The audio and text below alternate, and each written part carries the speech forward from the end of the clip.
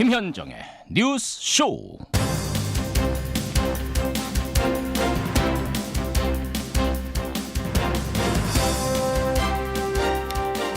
애청자 여러분 안녕하십니까? 오늘이요 절기상 입추입니다. 그런데 입추라고 말하기도 민망할 정도로 덥습니다. 찜통 더위도 그대로, 열대야도 그대로입니다. 다만 곳곳에 소나기 소식 있습니다.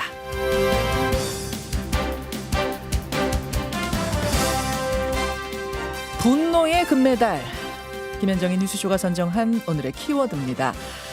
배드민턴 안세영 선수의 작심 발언 후폭풍이 일파만파입니다. 협회가 부상을 너무 안일하게 생각했다는 지적부터 선수들 훈련 방식의 문제, 의사소통 문제까지 제기한 이슈들 하나하나 진상 파악이 필요한 사안들입니다. 어제는 선수한테 대회 출전 의사도 묻지 않고 협회 마음대로 출전 명단에서 제외했다는 사실까지 드러났죠. 지금 안세영 선수 귀국길 비행기 타고 있습니다. 도착한 후에 더 자세한 이야기를 풀어놓겠다고 했죠. 어쩌다가 배드민턴 여자 단식 세계 1위의 선수가 내 꿈의 원동력은 분노였다, 이런 얘기까지 하는 상황이 됐을까 생각하면 답답합니다. 다만 한 가지는 확실하죠. 협회는 선수 지원하고 육성하라고 있는 곳입니다. 이참에 협회들이 무엇을 고쳐야 할지 그 토론의 시작이 됐으면 좋겠습니다. 김현정의 뉴스쇼 출발하죠.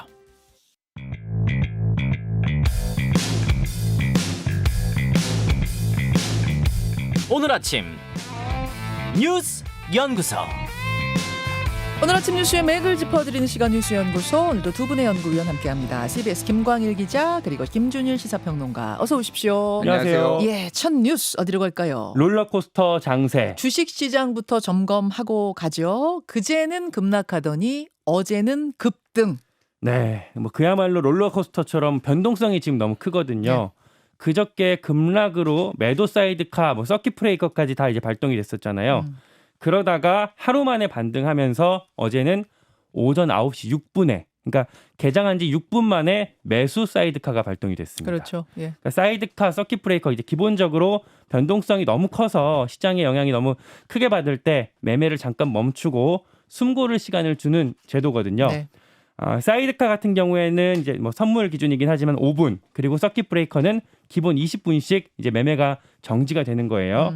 어제 이제 코스피 정리해 보면은 80.60 포인트가 올라서 2,522.15 포인트로 마감이 됐고요. 네. 3.3%가 오른 거예요. 네. 그러니까 그제 8.77% 떨어졌던 게 3분의 1 정도 회복이 됐습니다. 코스닥도 그제 11.3%가 떨어졌다가 어제 6.02% 상승해서 마감이 됐습니다. 뭐 우리만 떨어진 게 아니었는데 그제 저 동아시아권 전체적인 분위기 어떻습니까? 일단 일본 니케이 평균이 12.4% 사상 최대로 하락을 했었다가 네. 어제 10.23% 사상 최대 상승이 됐었어요. 대만 가권 지수도 8.35%가 내렸다가 어제 3.3% 상승세로 장이 마감이 됐어요. 예. 이유를 좀 분석을 해보면 일단은 기술적 반등, 그리고 낙관적 경기 지표가 나왔던 거 두 개가 이제 대표적으로 꼽히거든요. 네. 첫째, 기술적 반등은 이제 너무 많이 떨어졌으니까 어느 정도 좀 올라서 조정될 수밖에 없는 상황이었고, 일단은 뭐 패닉셀이라고 하죠. 이제 공황 상태가 돼서 이제 확 다 매도해 버리는 거, 그런 거는 일단 막은 분위기라고 할 수가 있겠습니다. 그래요. 둘째, 이제 낙관적 경기 지표가 하나가 있었는데 네. PMI라고 이제 미국의 7월 서비스업 구매 관리 지수가 발표가 됐어요. 그러니까 이거는 기업의 구매 담당 임원들이 경기가 어떻게 될지 전망을 하는 건데, 이게 6월보다 그리고 시장 예상보다 좀 오르면서 그렇게 침체는 아니구나, 이런 심리가 어제 확산됐던 게 이렇게 반등했던 배경이라고 볼 수가 있겠습니다. 그리고 밤사이에 미국 증시 한번 보겠습니다. 예, 우리의 이제 간밤에 미국 증시는 올랐습니다. 다우존스 지수 0.76% 올랐고, S&P 지수는 1.04% 올랐고, 나스닥 종합지수 1.03% 올라서 전반적으로 다 반등에 성공했네요. 그러니까 아시아가 먼저 확 떨어지고 미국이 또 떨어지고 그다음에 아시아가 살짝 반등한 다음에 미국이 다시 반등하는 이런 흐름으로 가는 것 같은데, 예. 이제 결국에는 이제 전체적인 세계 경기가 불황이냐 아니냐, 뭐 이 의견 대립이 큰 틀에선 중요할 것 같아요. 그렇죠. 일단은 그렇게 불황은 아니다라는 의견이 있는데, 우리가 어제도 잠깐 얘기를 했지만 샴의 법칙. 그러니까 네. 이번 폭락의 배경 중에 하나였던 미국의 실업률 문제가 있잖아요. 네. 그러니까 그 샴이라는 박사가 지적했던 연내 실업률 상승폭이 0.5% 포인트를 넘겼는지 요게 문제가 됐던 건데 요걸 고안했던 샴 박사도 불황에 동의하지를 않았습니다. 아, 다행입니다. 샴의 법칙의 샴도 이게 지금 불황으로 장기 불황의 늪으로 가는 신호탄 아니다. 그렇게 읽진 말아라라고 했기 때문에 그리고 나온 PMI 지수도 괜찮고 뭐 이런 것 때문에 전반적으로 반등에 성공했다. 그러니까 공포의 매도, 패닉셀이라고 하잖아요. 일단 패닉셀은 중단된 걸로 봐야겠네요. 다만 또 반대 의견도 있긴 해요. 네. 그러니까 폴 크루그먼 같은 경우에는 이제 이분은 노벨 경제학상 수상했던 이제 유명 경제학자인데 네. 뉴욕 타임즈 칼럼에 이렇게 썼습니다. 지금 미국 경제는 불황 직전이다. 그러니까 소비 심리가 지속적으로 악화하고 있고 아마존 유통업체 아마존 같은 경우에 소비 지출 약화 경고를 하고 있기 때문에 이런저런 지표들을 봤을 때는 불황 직전이니까 조심해야 된다. 이런 경고를 하고 있어서 좀 엇갈린 해석이 있습니다. 블랙 프라이데이, 블랙 먼데이에 지속됐던 그 패닉셀은 뭐 중지된 건 맞지만 이제 좀 멈춘 건 맞지만 이렇다고 불황은 아니야 막 이렇게 단정할 수 있는 상황은 또 아니다. 뭐 요 네. 정도 느낌이네요. 김준일 평론가 예. 어떻게 보십니까? 그러니까 이게 샴의 법칙 뭐 이제 방금도 설명을 했지만은 이게 이제 실업률의 3개월 평균이 직전 12개월에 가장 낮은 저점보다 0.5% 포인트 높아지면 경기 침체 위험성이 높아진다라는 건데 네. 뭐 들으면은 이상하지만은 뭐 그러니까 쉽게 얘기하면 실업률이 높아진다라는 거예요. 생각보다 많이 높아졌다라는 거고 이게 샴의 법칙이 지금까지 11번 중에 10번 정도 적중했다. 이게 샴의 법칙이 이제 실제 이렇게 나타나면은 경기 침체에 들어간다라는 거고 그게 그래서 이제 이번에 우려가 많이 됐다는 건데 그렇죠. 이게 연준의 이제 실업률 목표치는 이제 뭐 공식적이진 아니지만 4.2라고 4.2%라고 얘기가 나왔는데 그게 4.3이 나오니까 더 이제 우려가 이제 커졌다 이렇게 보시면 될 것 같아요. 근데 이게 지금 뭐 샴 박사도 그렇고 외국에서 우리나라 전문가들도 그렇고 허리케인 베릴이 이제 영향을 줬다 이런 얘기가 있어요. 그러니까 굉장히 허리케인이 와서 미국이 강타를 했고 네. 그 이후에 이걸 이제 일자리를 찾으러 나온 사람이 굉장히 많기 때문에 실질적으로 일자리가 줄어든 게 아니라 구직자가 확 늘어나서 일시적으로. 이제 실업률이 잠깐 높아진 거다라고 보면 될 것 같고 어제 이제 지표가 하나가 나왔는데 상당히 이거는 호전된 지표가 하나 나왔어요. 서비스업 구매 관리자 지수라는 아까 건데 김건희 기자가 얘기해 준 그 예, PMI 예. 지수 말씀하시는 거죠? 이게 그러니까 50 위냐 아래냐 이게 예. 굉장히 중요한데 예. 이게 6월 달에 51.6 그런데 7월 달에 49.8 그랬다가 다시 이제 51.4로 이제 올랐단 말이에요. 그러니까 이거는 죄송합니다. 7월이 46.8이었네요. 그랬다가 확 떨어졌다가 다시 이렇게 올라갔다라고 보면은 이거는 침체다 아니다. 뭐 이런 주장이 이제 엇갈리고 있습니다. 다만 지금 전체적으로 보면은 이 불안 장세는 계속 지속될 수밖에 없고 이미 한번 이제 뭐 완전 침체 뭐 경기 불황까지는 아니까 침체까지는 아니더라도 경기 불황의 초입에 있는 건 아니냐라는 거는 상당히 많은 사람들이 또 얘기를 하고 있어서 좀 롤러코스터가 당분간 좀 지속될 것 같은 얘기는 나오고 있습니다. 분명한 거는 이렇게 되면 이제 8월 지표가 굉장히 중요해질 거고 또 하나는 9월의 금리 인하 그냥 뭐 베이비 컷이라고 그러죠. 뭐 0.25% 정도 하락 그러니까 인하하는 걸로 예상돼 있던 게 빅컷. 예, 크게 한번 0.5 정도 내리지 않겠는가. 요거는 거의 확실해지는 느낌이에요. 그러니까 미국에서도 당장 금리 인하 그 방향 지시든 깜빡이라도 좀 켜야 되는 게 아니냐 이런 목소리들이 커지고 있고 예. 우리나라 같은 경우에도 지금 말씀해 주신 것처럼 금리를 뭐 9월에 인하할 거냐 10월에 인하할 거냐 11월에 인하할 거냐 이런 얘기들이 있었는데 네. 심지어는 8월에 인하할 수도 있다 이런 전망까지 지금 나오고 있는 상황. 다만 이걸 낮췄을 때는 결국에는 지금 집값이 요동칠 수 있기 때문에 우리는 그래요. 그렇죠. 예. 가계 부채가 터질 수 있기 때문에 이런 사이에서 지금 갈등하고 고민하고 있는 것 같습니다. 자, 예, 경제 상황 먼저 짚어봤고 두 번째 이슈 넘어갑니다. 안세영 폭로 대통령까지. 배드민턴 금메달리스트 안세영 선수의 작심 발언 후폭풍이 대단한데요. 이제 대통령실까지 나섰습니다. 네, 먼저 어제 문체부가 보도자료를 냈습니다. 일단 파리올림픽 진행 중이니까 올림픽 끝나는 대로 정확한 사실관계를 파악하고 그 결과에 따라서 적절한 조치의 필요성을 검토할 예정이다. 라고 하면서 이 배드민턴뿐만 아니라 다른 종목까지도 개선할지가 있는지 뭐 전반적으로 살펴보겠다라고 했고요. 네. 대통령실도 윤석열 대통령한테 보고가 됐다라고 했어요. 그러니까 대통령 역시 사안의 중요성에 대해서 충분히 인지하고 있다. 뭐 이런 입장들을 냈고 어제 정진석 비서실장 주재로 수석 비서관회의 했는데 여기에서도 관련 내용들을 논의했었다고 합니다. 그래요. 기자회견 불참 그 공방이 그러니까 있었어요. 안세영 선수가 원래 파리 코리아 하우스라고 교민들 모이는 뭐 이런 장소인데 여기에서 메달리스트들 기자회견이 준비가 돼 있었는데 여기 불참했거든요. 네, 김원호, 정나운 선수만 참석을 했었고요. 대한체육회에서는 이제 안세영 선수 본인 의사로 안 나온 거다 이런 식으로 PG 그 기자들한테 전했었거든요. 예, 그랬는데 여기에 대한 안세영 선수의 반박이 나왔습니다. 그래요. 요거는 직접 한번 들어보시죠. 네. 이게 축하받아야 될 자리인데 많은 선수들이 축하를 못 받고 있는 것 같아서 좀 너무 미안하게 생각하는 것 같아요. 그게 제가 기자회견을 안 나가는 것도 그냥 딱 기다리라고만 하니까 저도 뭐 어떻게 할 수 있는 상황이 아닌 것 같아요. 그래서 제발 조금만 기다려주세요.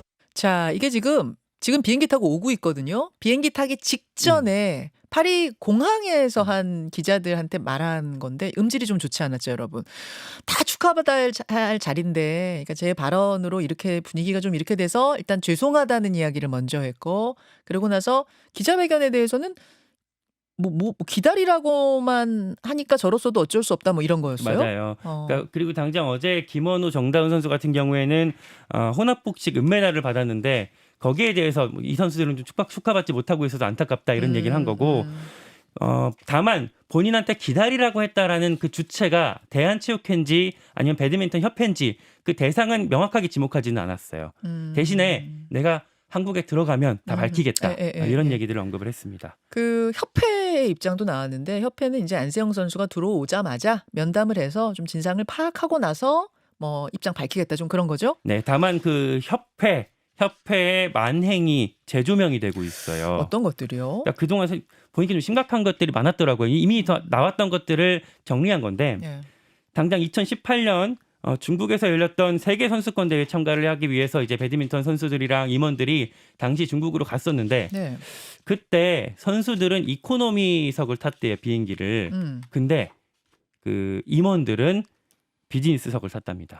임원은 8명, 선수는 6명. 그러니까 선수가 너무 많아서 비즈니스 못 태웠어요가 아니라 8명의 임원은 비즈니스석을 타면서 6명 선수들은 이코노미를 타겠다. 황당하죠. 아, 이건 진짜 황당한데요. 네. 실제로 경기를 뛰는 선수들은 이코노미를 타면서 지원하는 사람들은 비즈니스를 탔다고 하니까 이상한 거고 그보다 한 해 전이었던 2017년 네. 호주 대회 때가 있었는데 네. 이때는 임원 5명이 당시에도 비즈니스를 타고 갔었거든요. 근데 야 이거 지금 우리 전력상으로는 우승하기 좀 어렵다라고 해서 그 16강 할 때 아니죠 8강 할 때 임원들은 조기 귀국을 했답니다. 그 선수들끼리만 지켜서 그러니까 이거 지원하라고 가라고 했는데 임원들은 빠졌고 선수들끼리만 남아서 대회를 했는데 뭐 8강 이기고 4강 이기고 결승 이기고 그래서 금메달 따고 네. 돌아왔다고 합니다. 지원하러 갔던 임원들은 누구도 결승전을 보지 못하고 돌아온 상황이었어요. 이게 안세영 선수를 보면서 좀 안타까웠던 건 뭐냐면 사실은 28년 만에 배드민턴 여자 단식 금메달이 나온 거 아닙니까? 본인은 얼마나 기뻤겠어요. 그런데 지금 나에게 모든 스포트라이트가 집중됐을 때 내가 이 발언을 해야 힘을 얻을 것 같습니다. 이 발언이. 그래서 그날 이거를 폭로하지 않았습니까? 이런 사실들을. 그래서 기쁨을 지금 충분히 느끼지도 못했어요. 저는 그 부분이 또 안타깝더라고요.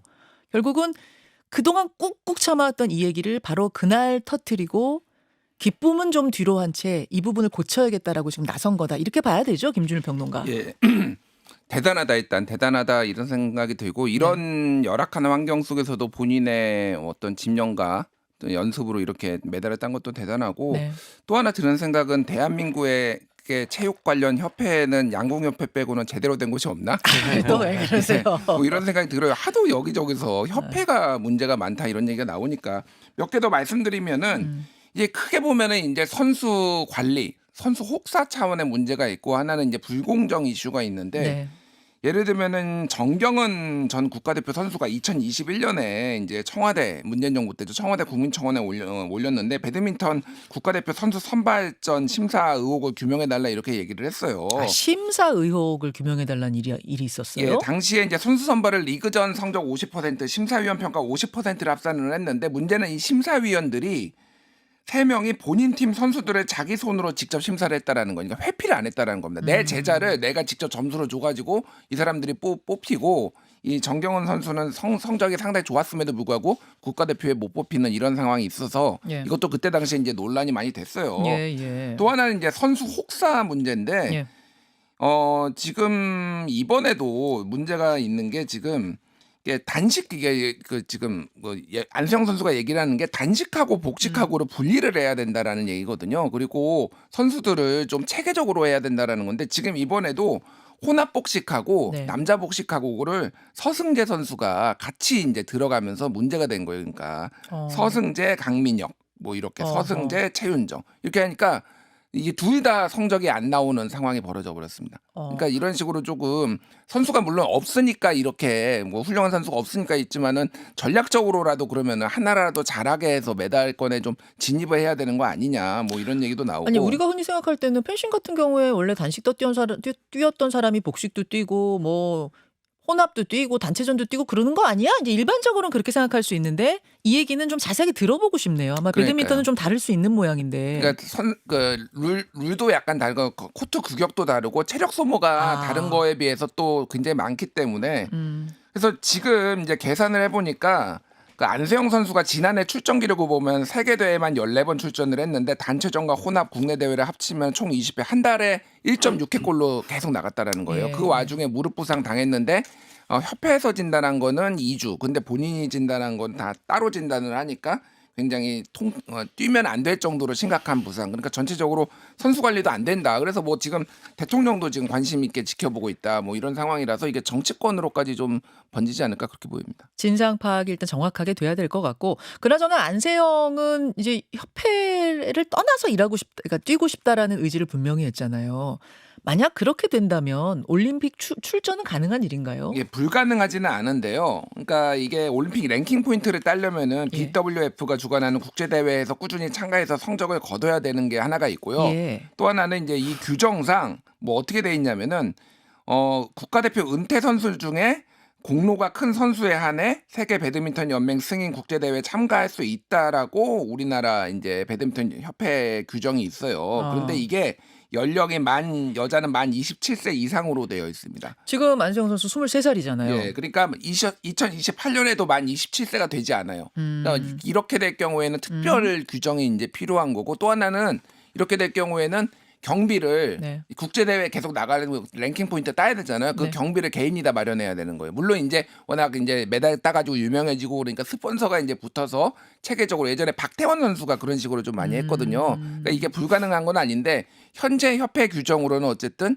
2028년 올림픽에는 나가게 나이 제한 때문에 나이 규정 때문에 어려운 상황이다. 그러니까 이거는 풀어야 되는 만약에 그러니까 가장 좋은 거는 어쨌든 남는 게 제일 좋죠. 이게 지금 이번에 해결 다 되고 지금 선수, 감독, 협회 관계자 다 따로 비행기 타고 들어왔거든요. 네. 전부 다 그러니까 지금 골이 굉장히 깊어졌어요. 그러네요. 그러니까 이거는 지금 풀어야 되는 문제다 이렇게 봅니다. 사실은 네. 이렇게 골이 깊어진 종목들을 우리가 종종 봤잖아요.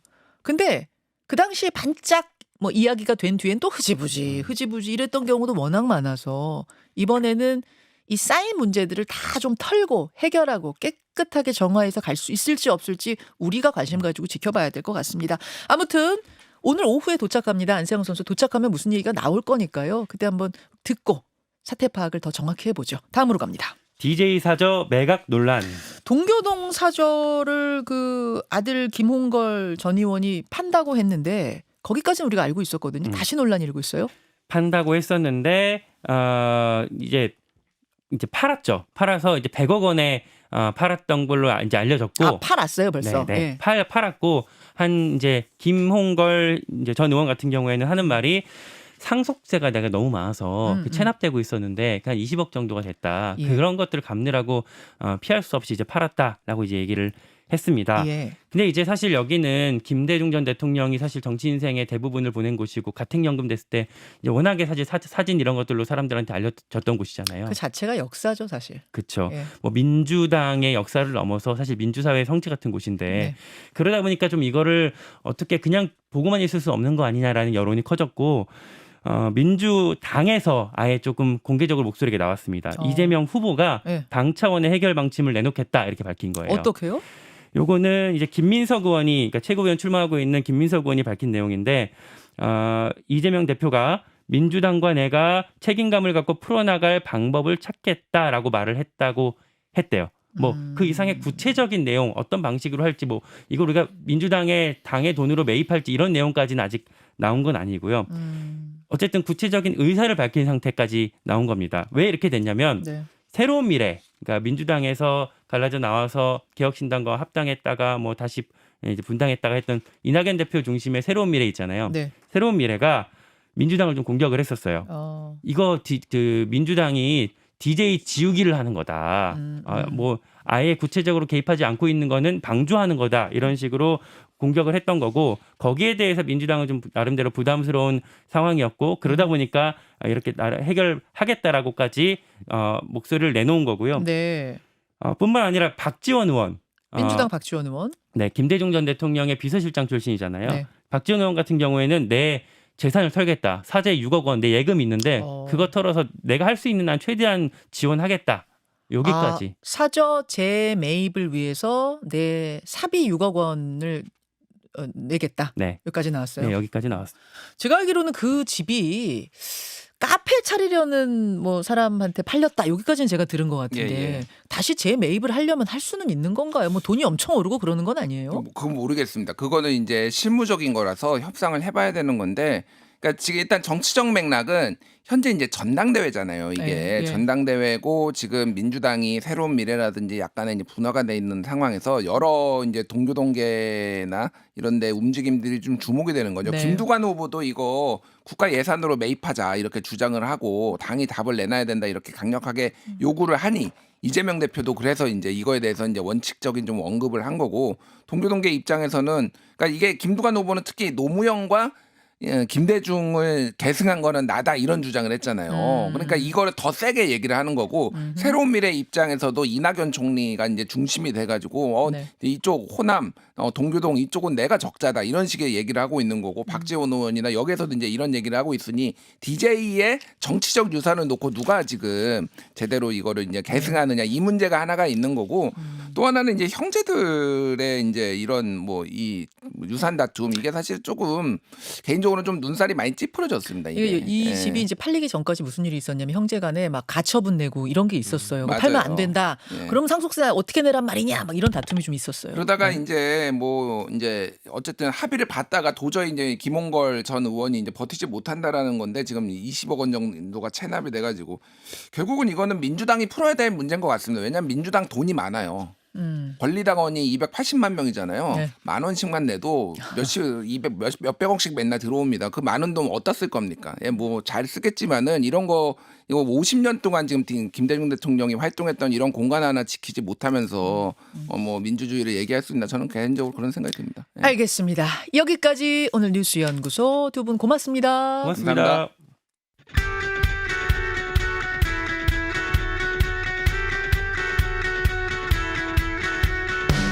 오늘 아침 가장 뜨거운 인터뷰. 여러분께서는 지금 김현정의 뉴스쇼를 듣고 계십니다. 여러분 이스라엘과 팔레스타인 간의 전쟁이 시작된 게 지난해 10월 7일입니다. 오늘이 8월 7일이니까 정확히 10달 지났네요.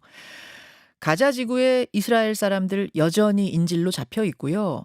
가자 지구 역시 이스라엘 공격 계속 받아서 피해 상당하고요.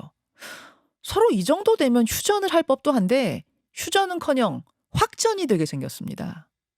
지난주죠. 이란 대통령 취임식에 하마스 1인자가 초대를 받았어요. 여러분, 하마스는 서방 시각에서는 테러 단체지만 팔레스타인 입장에서는 정당입니다. 그러니까 친구 나라 이란이 하마스란 정당의 1인자를 초대한 거예요.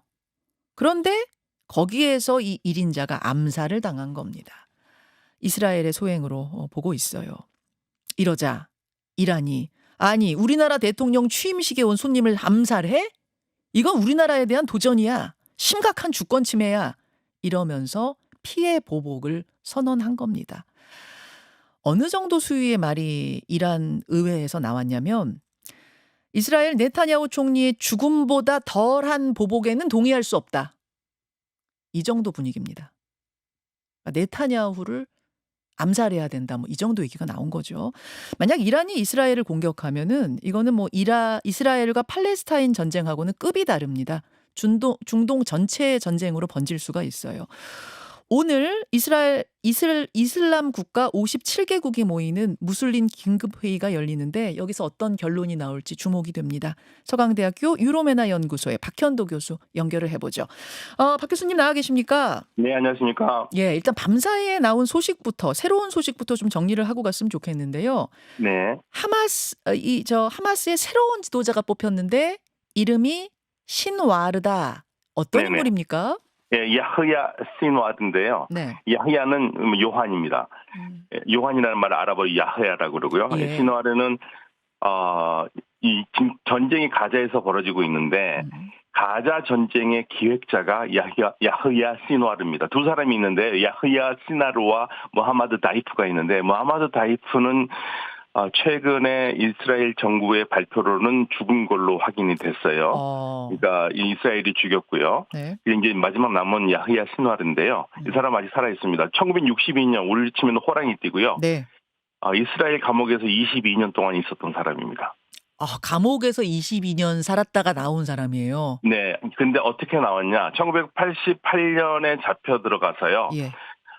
당시에 하마스 가자에서 이스라엘 군인 길라드 샬리트라는 군인을 5년 동안이나 가자 쪽에서 잡고 있었거든요. 네네. 하마스가요.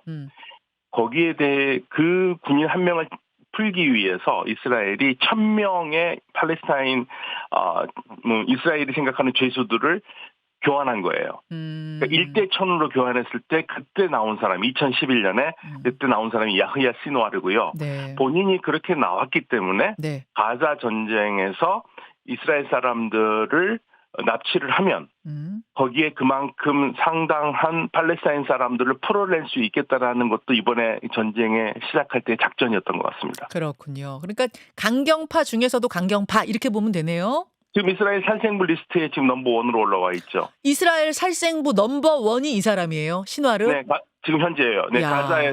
가자에 숨어 있는데 네. 지금 아직까지 제거를 못 하고 있고 그러니까 실질적으로 활동하기는 어려울 거예요. 왜냐하면 지금 계속 숨어 있으니까요. 그럼 땅굴 어딘가에 숨어 있을 것 같아요. 교수님 그러면은 이 살생부 넘버1인 사람을 새로운 지도자로 뽑았다는 건 이거는 뭐 더 싸워보겠다는 의지 같은 걸로 봐야 되는 겁니까? 네, 해보자. 네, 야흐야 시나르는 휴전에 지금 관심 없어요. 이제는 휴전 넘어간 거고요. 야흐야 시나르는 원래 하마스가 공격을 할 때는 모두가 다 그렇게 생각을 했죠. 하마스가 저 체급도 낮은 아이들이 네. 체급도 강한 이스라엘과 혼자 어떻게 싸우겠느냐. 분명히 헤즈볼라나 이란이 뒤에서 하라고 그랬을 것이다라고 얘기를 다 생각을 했는데 이건 이스라엘 정부 쪽에서도 이번 전쟁은 하마스의 단독 작품이라고 그랬거든요.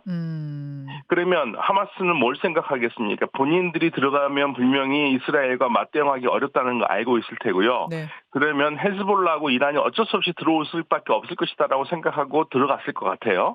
그러니까 지금 상황은 하마스가 원하는 그림대로 가고 있는 거고 네타냐후 총리도 거기에 끌려가고 있는 겁니다. 본인이. 오늘 무슬림 57개국 긴급회의가 열리는데 여기서 네. 혹여라도 네. 그냥 이스라엘한테 복수하지 말고 공격 자제하자라는 결론이 나올 가능성 1이라도 있습니까?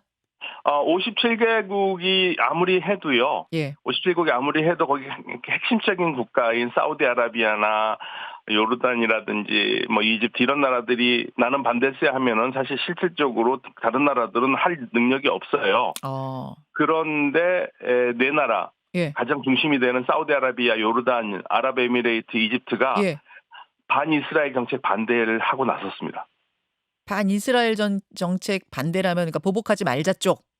네, 그러니까 세 가지 제안이 됐었는데요. 네. 석유 수출 금지하자. 예. 나는 반대세. 예.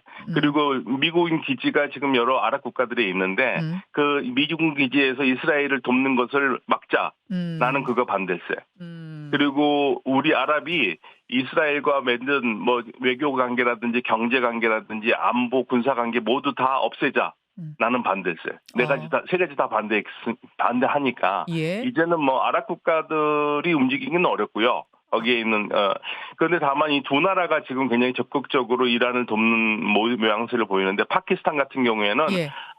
내가 무기 좀 줄게. 예. 예, 그리고 튀르키예도 무기 줄 용이 도와줄 용의가 있어. 이렇게 나오고 있어요. 두 나라만. 그러니까 아랍 국가들은 지금 움직이진 않을 겁니다. 자, 오늘 이제 무슬림 57개국이 모이지만 여기서 결론이 보복해라. 이스라엘에 대해서 이란이 보복하면 우리도 도울게 막 이렇게 날 것 같지는 않고 다만 네. 파키스탄하고 튀르키예 정도 돕는 정도의 요런 모양새로 이란이 보복에 나설 것이다 이렇게 보시는 거죠? 그러니까 이란은 이번 기회에 많은 나라들의 좀 동의를 얻고 싶었을 텐데요. 뭐 사실 동의 없어도 하긴 할 겁니다. 하긴 할 건데 그래도 이제 명분을 갖추는 거죠. 알겠습니다. 그래서 여기에서는 뭐 57개국이 힘을 합쳐서 반이스라엘 전선을 한다. 이거는 뭐 이미 물 건너간 일이고요. 알겠습니다. 네네. 다만 통보가 되겠죠. 자, 일단 여기까지만 짚고 다시 처음으로 좀 돌아가서 이 상황을 짚어볼게요. 네. 이란하고 우리나라하고 시차가 한 5시간 나는데 지난주 수요일입니다. 그러니까 7월 네. 31일에 이란 대통령 취임식에 간 하마스 1인자 하니예가 암살을 당합니다. 우선 그 암살당한 하니예란 사람은 어떤 사람이에요? 이스마일 하니예 하마스의 대표고요. 네. 정치국 국장. 그러니까 이제 이 하마스가 여러 조직이 있는데 이 조직 중에서 정치국이라는 거는 국제 관계라든지 외교 관계를 하는 그러한 중요한 역할을 한다고 생각하시면 돼요. 예. 2005년에 처음으로 이 팔레스타인 지역에 선거가 있었을 때 이때 하마스가 승리를 했거든요. 예. 그렇기 때문에 총리로 됐다가 하마스 이 팔레스타인 자치정부의 총리였었죠. 네. 그러다가 대통령이었던 마무드 아바스하고 사이가 안 좋아서 결국에는 자리를 유지하지 못하고 해고를 당했고 해고를 당한 다음에는 시리아 지역에서 있었죠. 시리아에 있다가 시리아 반정부 세력들을 지지하는 바람에 시리아의 눈에 벗어나서 까타르로 자리를 옮겼고 까타르에서 그동안 계속 활동을 해왔습니다.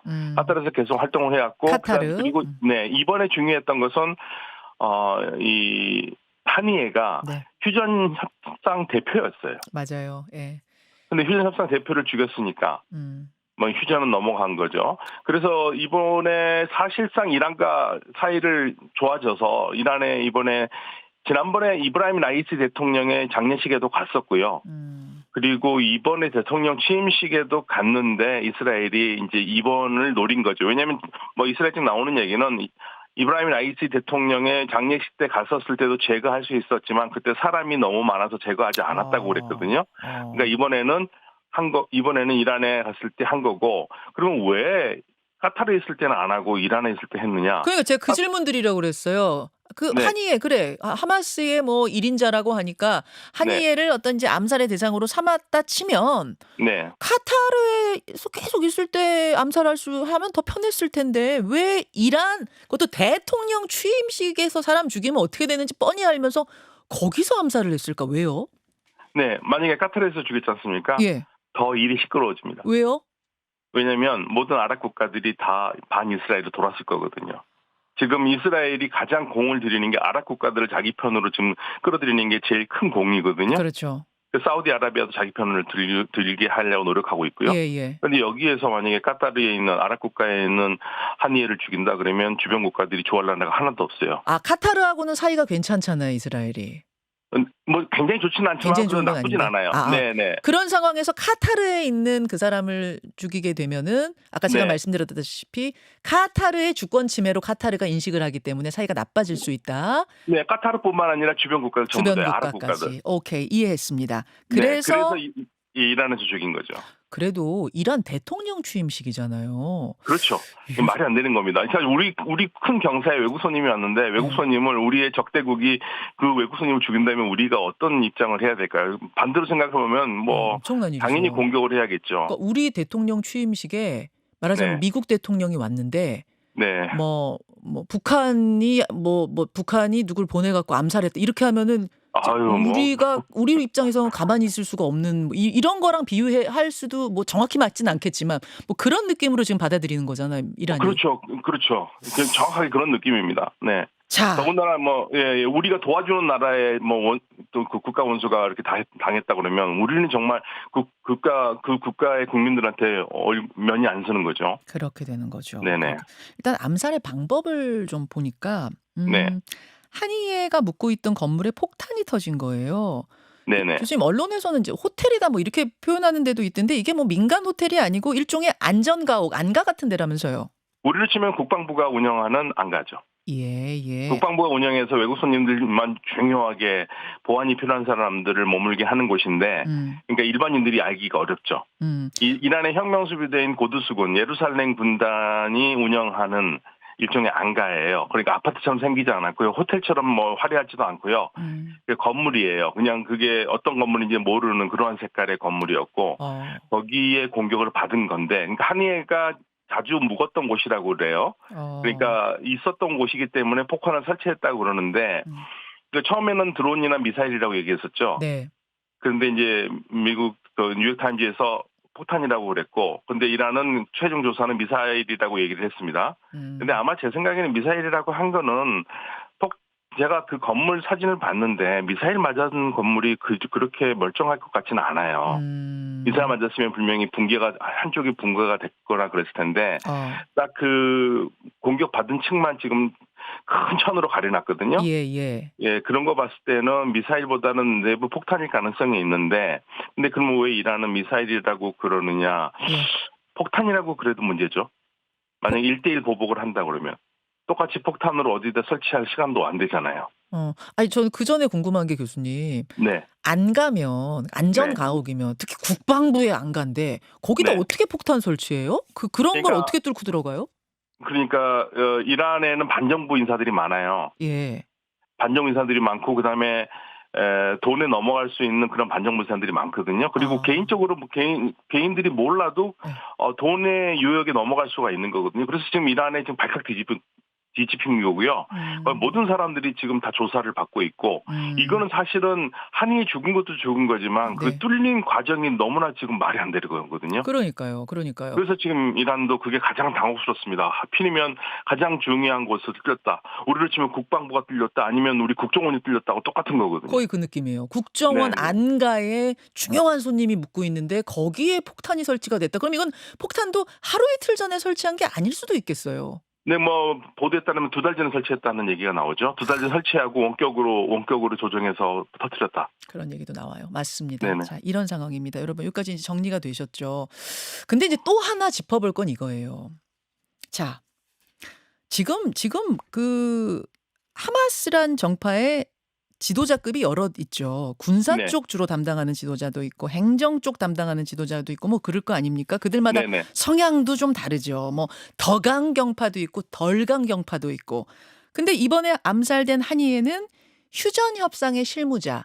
굳이 따지자면 덜 강경파인데 좀 잘해보자 쪽에 가까운 사람인데 그 많은 지도자들 가운데 왜 하필 이 사람 잘해보자 쪽, 휴전해보자 쪽인 이 사람을 네타냐후는 총리는 죽였는가? 그러면 네타냐후 총리의 속마음은 휴전하기 싫다 뭐 이런 거예요? 그럼요. 휴전하기 싫죠. 휴전하기 싫죠. 왜냐하면 휴전을 한다라는 얘기. 사실 이스라엘 국민들이 지금 가자 지구에 아직까지 한 100명 정도의 인질이 잡혀 있거든요. 그럼 생각해 보십시오. 그 인질 잡힌 가족들은 지금 얼마나 속이 타겠습니까? 거의 1년이 다 돼가는데요. 그 인질로 잡혀 있는 이스라엘 사람들 가족들이 지금도 계속 그 인질 석방하라 시위하고 있다고 그러더라고요. 그 네타냐후 총리한테. 인질 광장이라고 있는데요. 인질 가족들이 모여서 그리고 사람들이 추모하고 있는 그런 기원하고 있는 공간이 있는데 계속 데모를 하고 있어요. 총리실 앞에서도요. 그러니까요. 그러니까 빨리 전쟁을 인질을 구출하고 그다음에 전쟁을 끝내라고 그러는데 이게 너무 정상적인 상황이거든요. 이런 거는요. 그런데 왜 네타냐후 총리는 거기에 대해서 얘기를 하지 않느냐. 만약에 총리직을 던지면 총선을 다시 해야 되는 거고요. 총선을 다시 하면 승리할 가능성은 없어요. 승리할 가능성이 없으면 이제 총리가 안 돼요. 총리가 안 되면 어떤 일이 생기느냐. 총리이기 때문에 재판을 받지 않았던 사기, 그다음에 배임, 부정부패 이 세 가지가 다 걸려 있거든요. 총리 부부가 다 걸려 있습니다. 그러면 이제 재판을 받아야 돼요. 그리고 감옥 갈 가능성이 굉장히 커요. 그러니까 개인의 안전을 위해서 국가의 안보와 맞바꾸고 있는 겁니다. 휴전을 안 하는 거죠. 그러니까. 자신의 사법 리스크가 걸려 있군요. 네, 사법 리스크. 그리고 휴전을 하겠다 그러면 예. 우리처럼 대통령제가 아니라 내각 책임제잖아요. 예. 그러면 지금 정파를 구성하고 있는 내각이 무너져요. 그러니까 여당이 무너지는 겁니다. 탈당을 해버려요. 극우파들이 만약에 네타냐후 너 지금 전쟁 그만둘 거야? 알았어. 그럼 우리 탈당해. 그럼 탈당하면은 네타냐후 정부가 무너지고 다시 총선을 해야 되거든요. 그렇기 때문에 그걸 못하는 겁니다. 그래서 끌려가는 거예요. 본인이 못하는 것도 있고 그다음에 끌려가는 것도 있고요. 그러면 그러니까 네타냐후가 자기 살려고 지금 네타냐후 총리가 자기 네, 그렇죠. 살려고 지금 휴전을 안 하고 계속 전쟁을 한다는 뭐 이 이야기인데 네, 그게 맞는 말입니다. 네. 두 가지의 입장이 궁금합니다. 두 가지 축의 입장. 하나는 이스라엘 국민들은 어떻게 생각하는가 요거고. 국민들은 전쟁에 지금 지쳤죠. 사실 이스라엘이 계속 장기전을 하기는 어려워요. 우리처럼 상비군 체제가 아니잖아요. 네. 상비군이 아니라 얘기는 예비군이 중심이 되는 거기 때문에 네. 예비군이 중심이 된다는 얘기는 만약에 우리나라가 예비군이 중심이 된다면 예. 예비군들이 자기 일하다가 지금 전쟁에 그렇죠. 들어간 거잖아요. 좋아할 그럼 리가 없죠. 10개월 동안 내 생업은 다 때려치우고 그러면 국가 경제는 어떻게 됩니까? 그러니까요.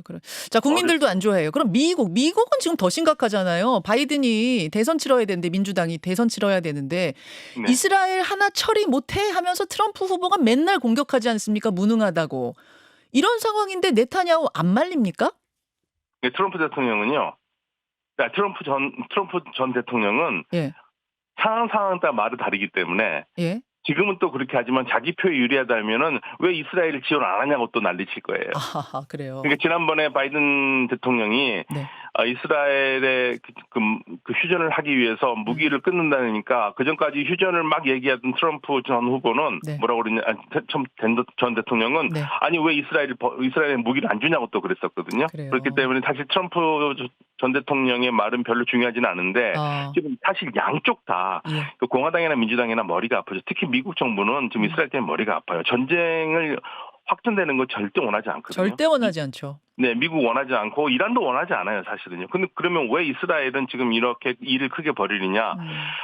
이스라엘은요 이번에 지난 10월 7일에 시작된 이스라엘 하마스 전쟁은 이스라엘 하마스 전쟁이라고 생각하지 않습니다. 그럼요. 이건 이스라엘 이란 전쟁이라고 생각해요.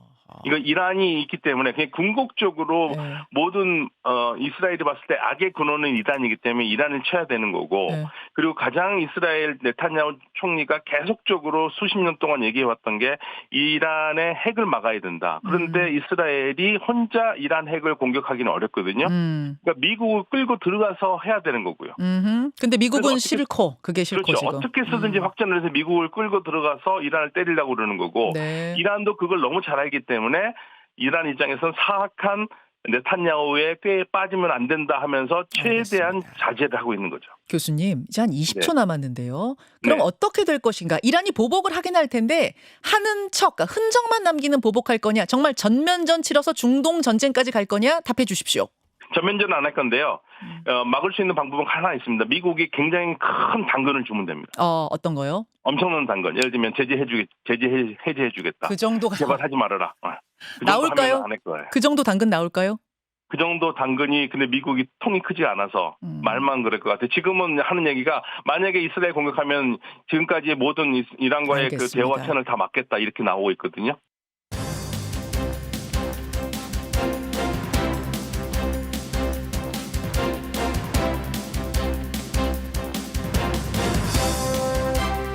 김현정의 뉴스쇼 2부 출발합니다. 오늘 1부에 막 인사 나누다가 뚝 끊기고 여러분 너무 놀라셨죠? 사실은 그 라디오는요 TV하고 다르게 초까지 딱 맞춰야 돼요. 정해진 초가 되면 딱 끊어집니다. 제가 잘 아는데 욕심이 많아서 그래요 제가. 그래서 뭐 하나라도 더 질문해서 좀 들어보려고 하다가 뚝 끊겨서 여러분 용서해 주십시오. 놀라신 분들. 2부 시작하겠습니다. 2부 놓치마 뉴스 강승희 씨 준비하고 있고요. 그리고 요즘 자주 들리는 소식이 전기차 화재 소식입니다. 지난주에는 인천 청라의 한 아파트 주차장에서 전기차 화재가 발생하더니 어제는 금산에서 충청도 금산의 주차타워에서 전기차 화재가 또 발생했거든요. 미스테리는 뭐냐면 충전 중에 발생한 게 아니라 그냥 세워놓은 차에서 불이 났다는 겁니다. 이거 도대체 왜 그런 건지 원인 좀 짚고 가야겠습니다. 그리고 수요일의 코너 1타 박성민까지 50원의 단문 100원의 장문 유료 문자 샵 1212 레인보우 유튜브까지 열어놓고 출발합니다.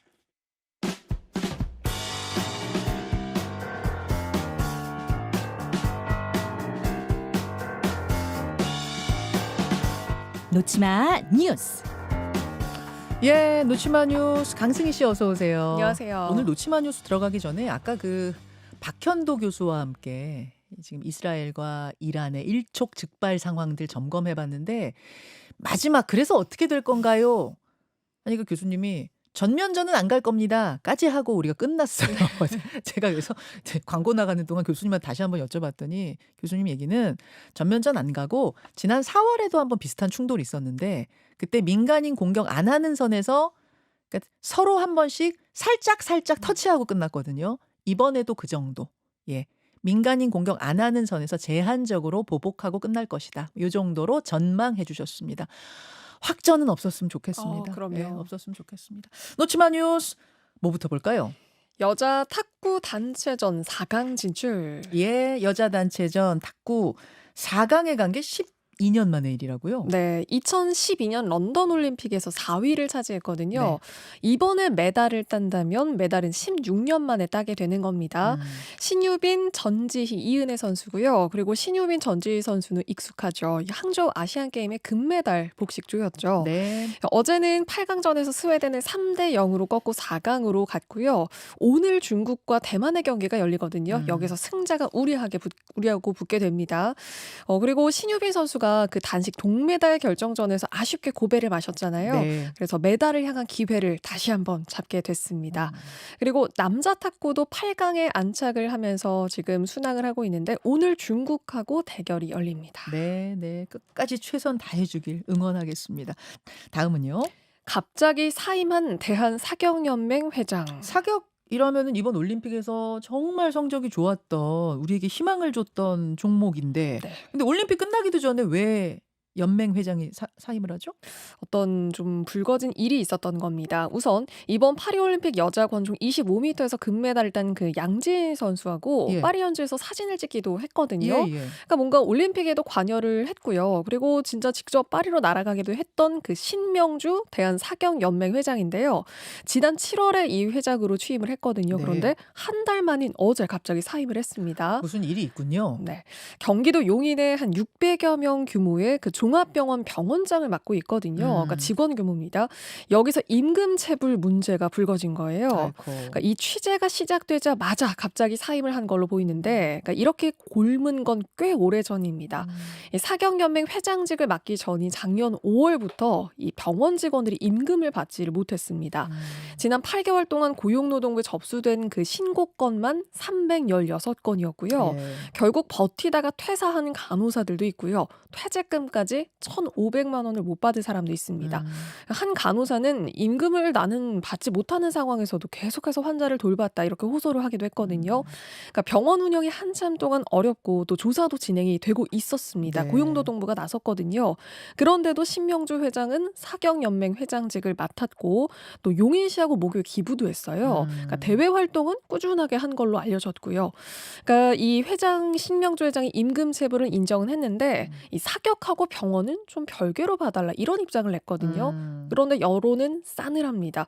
그러니까 직원들은 나 몰라라 하고 이 본인의 어떤 활동 또 이속만 챙긴 것 같다라는 지적이 지금 쏟아집니다. 사경연맹직을 맡아서 계속 뭔가 후원하고 돕고 이러다가 갑자기 병원 운영이 어려워졌다. 이러면은 사실 뭐 그럴 수도 있지. 사업을 하다 보면 그렇게 네. 얘기하겠지만 이미 임금 체불이 심각한 상황인데 7월에 네. 연맹 회장 맡았다. 이거는 좀 이해가 안 가긴 하네요. 또 올림픽 직전이었잖아요. 그러니까 그래요. 그렇게 되면 좀 논란이 뜨거울 수밖에 없습니다.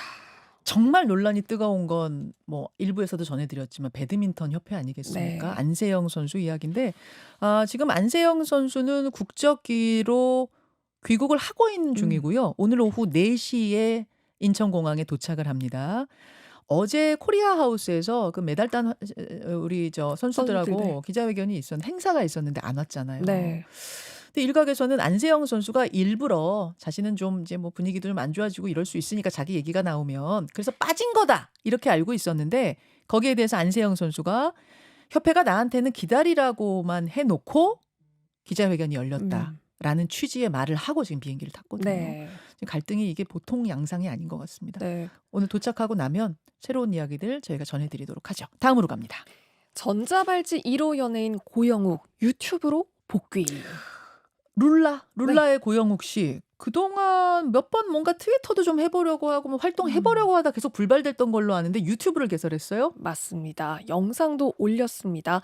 우선 고영욱 씨는 그 미성년자를 대상으로 성폭행 이런 성범죄를 저지른 혐의로 징역 2년 6개월 실형까지 살았습니다. 네. 그런데 그 고영욱 GO 그러니까 뭔가 가자 영욱 이런 유튜브를 개설을 했어요. 여기에다가 글을 썼는데요. 부끄러운 삶을 살았다. 무기력한 일상에서 벗어나고 싶어서 유튜브를 시작해본다. 이런 메시지를 함께 남겼습니다. 네. 그리고 프레쉬라는 제목의 3분 40초짜리 영상을 하나 올렸거든요. 이 영상을 잠깐 보면은 뭐 창가에 앉아있는 반려견의 모습, 뭐 테이블 위에 꽃, 어떤 일상을 담은 모습인데 그러니까 자신의 얼굴은 뺐습니다. 그런데 이 유튜브 개설만을 두고도 이번에 또다시 이 논란이 불거졌는데요. 그러니까 온라인상에서는 좀 양심이 없다. 아무도 성범죄자하고 소통하고 싶지 않을 거다. 이런 지적이 있고요. 그리고 어떻게 유튜브 개설까지 가능했던 거냐. 이런 이야기도 나왔습니다. 당연히 가능하죠. 왜냐하면 실형을 다 살고 형을 다 살고 나와서 유튜브 하는 것에 대해서는 이거는 제지는 안 합니다. 다만 우리가 저것은 사회적으로 용서할 수 없어. 아무리 죄 다 받고 왔더라도 용서할 수 없다라고 하면은 구독을 안 하는 방식으로 뭐 이 사람은 소통을 시도해도 우리는 받지 않겠다. 뭐 이런 방식으로 할 수 있지만 개설 자체를 막을 방법은 아마 없을 거예요. 예. 지금 구독자가 4,000명 넘어서 네. 넘어가고 있는 상황. 오늘 확인을 해보니까 그 영상 한 17만 회 정도 조회를 했더라고요. 그러니까 좀 이 논란이 불거지고 나서 지금 관심은 조금 뜨거운 것 같습니다. 자, 그 사이에 올랐어요? 어제 한 4,000명인 걸로 제가 보도를 봤는데 지금 3,200명 정도 네. 구독을 또 끄는 사람들도 꽤 있고 그런가 봅니다. 하나만 더 보죠. 연예인 부부의 먹튀 의혹. 최근에 한 자영업자 커뮤니티에서 뭔가 뜨거운 뭐 논쟁거리가 하나 터졌다면서요. 맞습니다. 한 청담동에서 미용실을 운영한다는 업주가 이 커뮤니티에 글을 올린 건데요. 연예인 부부 사기단에게서 도와주세요. 이런 제목입니다. 내용을 봤더니 네. 연예인하고 그 가족들이 350만 원어치 서비스를 받고 결제를 하지 않고 가버렸다는 겁니다. 결제를 해달라고 했더니 협찬이다 이렇게 이야기를 했고 그런데 협찬 이야기는 오고 간 적도 없었고요. 강경 대응하고 이 돈을 보내달라라고 했더니 자기들 마음대로 30% 할인된 금액으로 보내줬습니다. 네. 원래 가격을 달라니까 연락은 두절됐고요. 그런데 좀 더 알아봤더니 이 부부에게 당했다는 피해자가 더 있었습니다. 그런데 좀 다른 면모였어요. 이 부부가 투자 사기를 벌였다는 의혹이 있었거든요. 뭐 명품 유통으로 큰 돈 벌 수 있게 해주겠다 이런 강의가 있다라고 홍보를 하고 수강생을 뭐 끌어들이는 그러니까 이런 뭔가 또 투자 사기를 또 벌이고 있었고요.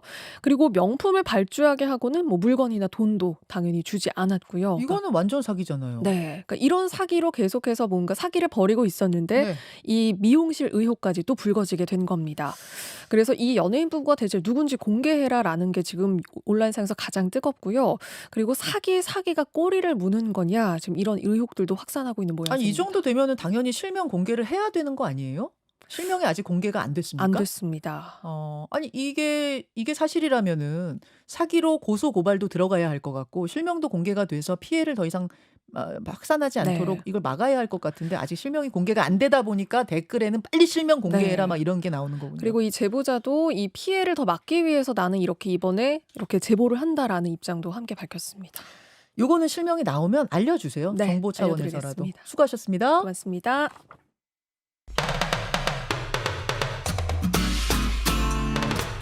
CBS 라디오 김현정의 뉴스 쇼.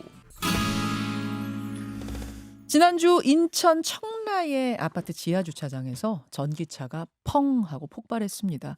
이 때문에 지하에 주차됐던 차량 140여 대가 불에 타고 480여 가구의 전기와 수도가 끊기는 큰 사고가 있었죠. 그런데 어제 비슷한 사고가 또 발생했습니다.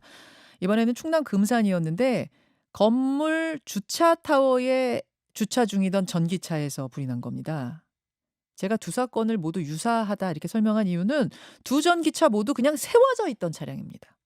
충전 중에 불이 난 것도 아니고요. 심지어 인천 차량의 경우는 주차한 지 3일이나 지난 차였어요. 지금 전국에 전기차가 51만 대입니다. 7월 기준 51만 대.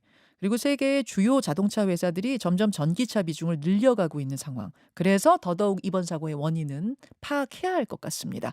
대림대 미래자동차공학부 김필수 교수 연결해보죠. 김필수 교수님 나와 계십니까? 네, 안녕하세요. 아니 사실 뭐 내연기관차에서도 종종 화재는 발생하잖아요. 네. 그렇죠. 그래서 너무나 과도하게 불안해할 것까지는 아니란 말씀을 먼저 드리고 싶고 다만 정확하게 원인은 짚고 가야 우리가 예방책, 대안책도 마련할 수 있는 거니까 그런 의미에서 한번 원인들 좀 짚어볼까요? 네. 예. 일단 전기차 이 화재 자체는 내연기관차보다 더 많지는 않습니다. 그러나 중요한 부분들은 이 내연기관차는 전체의 30%가 10년 이상 된 차까지 포함을 시켜서 말씀드리는 거고 예. 전기차 자체는 최근에 나온 차가 많다는 거죠. 그렇죠. 5, 6년 이내 부분이기 때문에 앞으로 누적이 되고 또 차가 점차 전기차가 오래되면은 비율도 늘어날 것이다. 이런 말씀 분명히 드리고 확실한 것은 내연기관차는 확대하는 데 시간이 좀 걸립니다. 보통 화재가 아무리 크더라도 4, 50분 내에 소화, 불을 다 끈다는 거죠. 네. 근데 전기차 같은 경우에는 뭐 확산 속도가 워낙 빠르고 온도가 한 1000도씨까지 올라가다 보니까 골든타임이 굉장히 짧다는 이러한 단점이 있고 상당히 좀 공포스럽다는 거죠. 그렇죠. 중요한 부분들은 또 한 가지가 이 도심지의 70%가 아파트에 거주하는 집단 거주지 특성이 가장 높은 국가가 대한민국입니다. 그러다 예. 보니까 이 주차장 자체를 지하에다 놓을 수밖에 없고 또 충전소가 지하로 들어가는데 이런 폐쇄 공간에 이 전기차를 충전시키고 주차를 시키는 부분들은 사실 다른 어떤 선진 국가보다 가장 최악의 조건을 가지고 있거든요. 그런 측면에서 이 전기차 자체가 화재가 지하에서 생긴다라는 게 가장 공포스러운 범지고 또 지금 아까 말씀하신 대로 전기차 자체가 일반 주차시켜놨는데 하루 이틀 후에 불이 났거든요. 근데 네. 전기차가 불나는 여러 가지 화재 요인 중에서 이렇게 이 하루 이틀 후에 불이 나는 경우가 굉장히 많다는 거고 그 원인에 대한 것들은 거의 한 두 가지 속에 속한다라고 볼 수가 있거든요. 잠시만요, 교수님. 교수님 네. 제가 하나하나 좀 질문을 드릴게요. 예. 그러니까 지금 왜 내연기관차 화재보다 전기차 화재가 더 무서운가에 대한 설명은 해주셨어요.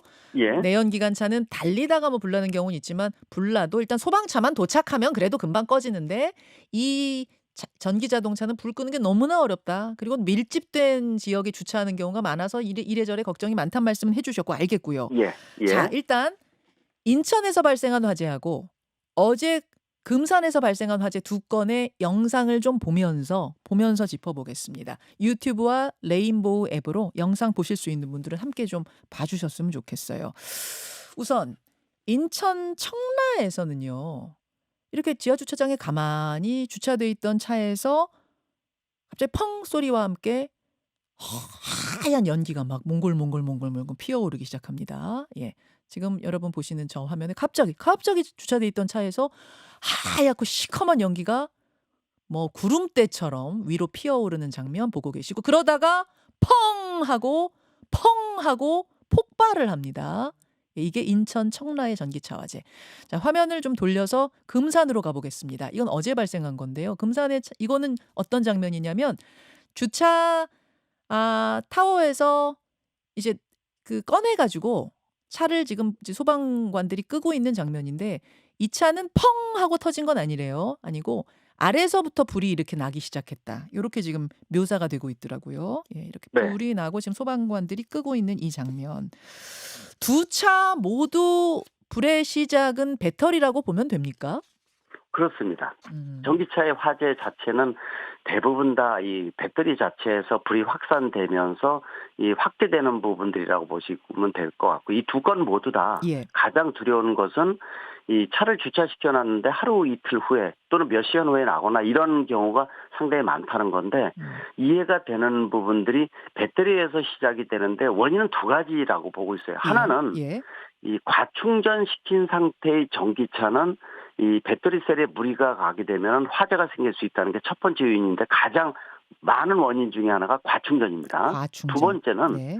배터리 셀 자체가 불량인 경우입니다. 이 셀의 불량은 제작사에서 셀 자체를 잘못 만든 경우도 있고요. 네. 두 번째는 이 전기차를 운행을 하다가 뭐 바닥에 배터리를 좀 친다든지 침수도로 지나가서 이 배터리 자체에 충격이 누적이 돼서 어느 순간에 배터리 셀이 불량이 되면서 화재가 생기는 두 가지 요인이 거의 전기차 화재의 대부분이기 때문에 둘 중에 하나가 지금 조사 중에 있기 때문에 어떻게 나올지는 모르겠지만은 일단 셀 자체에서 불이 확산되고 이게 열폭주까지 일어났다 이렇게 볼 수가 있죠. 아, 처음부터 불량일 가능성 하나, 타다가 불량이 됐을 가능성 하나, 두 가지를 다 보신단 말씀인데 사실은 제가 제일 미스터리인 건 그거였어요.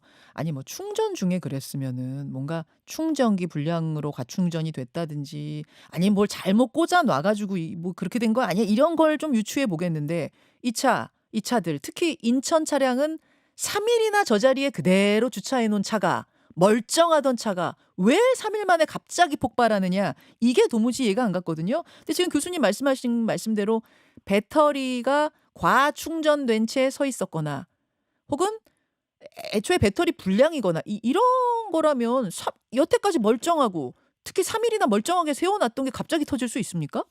그렇게 나타난 특성이 전기차 화재의 여러 건이 있다는 거죠. 그래요. 그러니까 지금 말씀하시는 건 드리는 것은 일반 내연기관차 같은 경우에는 그런 경우가 한 건이 딱 있었어요. 그래서 현장 가서 그 원인도 찾긴 했지만은 사실 내연기관차는 그렇게 발생하는 화재가 거의 없고 운행 도중에 발생하는 과열된다든지 이런 경우가 그렇죠. 거의 대부분이어서 우리가 예측을 하고 소화를 시킬 수가 있는데 예. 전기차 화재 여러 건은 지금 이번 사건과 같이 서 있다가 발생을 하고 또 우리가 이 충전기에 꽂아놓다 하더라도 사실 충전 중인 것보다도 충전이 끝나는데 차주가 케이블을 뽑지 않은 과충전된 상태에서 화재가 생기는 경우이기 때문에 과충전된 상태에서 서 있다가 화재가 일어나는 경우가 상당 부분이어서 원인 중에 과충전이 상당 부분인데 또 한 가지 걱정이 되는 것은 국가에서 조사에 들어갔지만은 이 전기차는 온도가 높기 때문에 이 온도가 높으면 원인까지 완전히 녹아내려서 원인 불명인 경우가 상당수라는 게 지금 걱정이라고 분명히 말씀드릴 수가 있습니다. 불을 중간에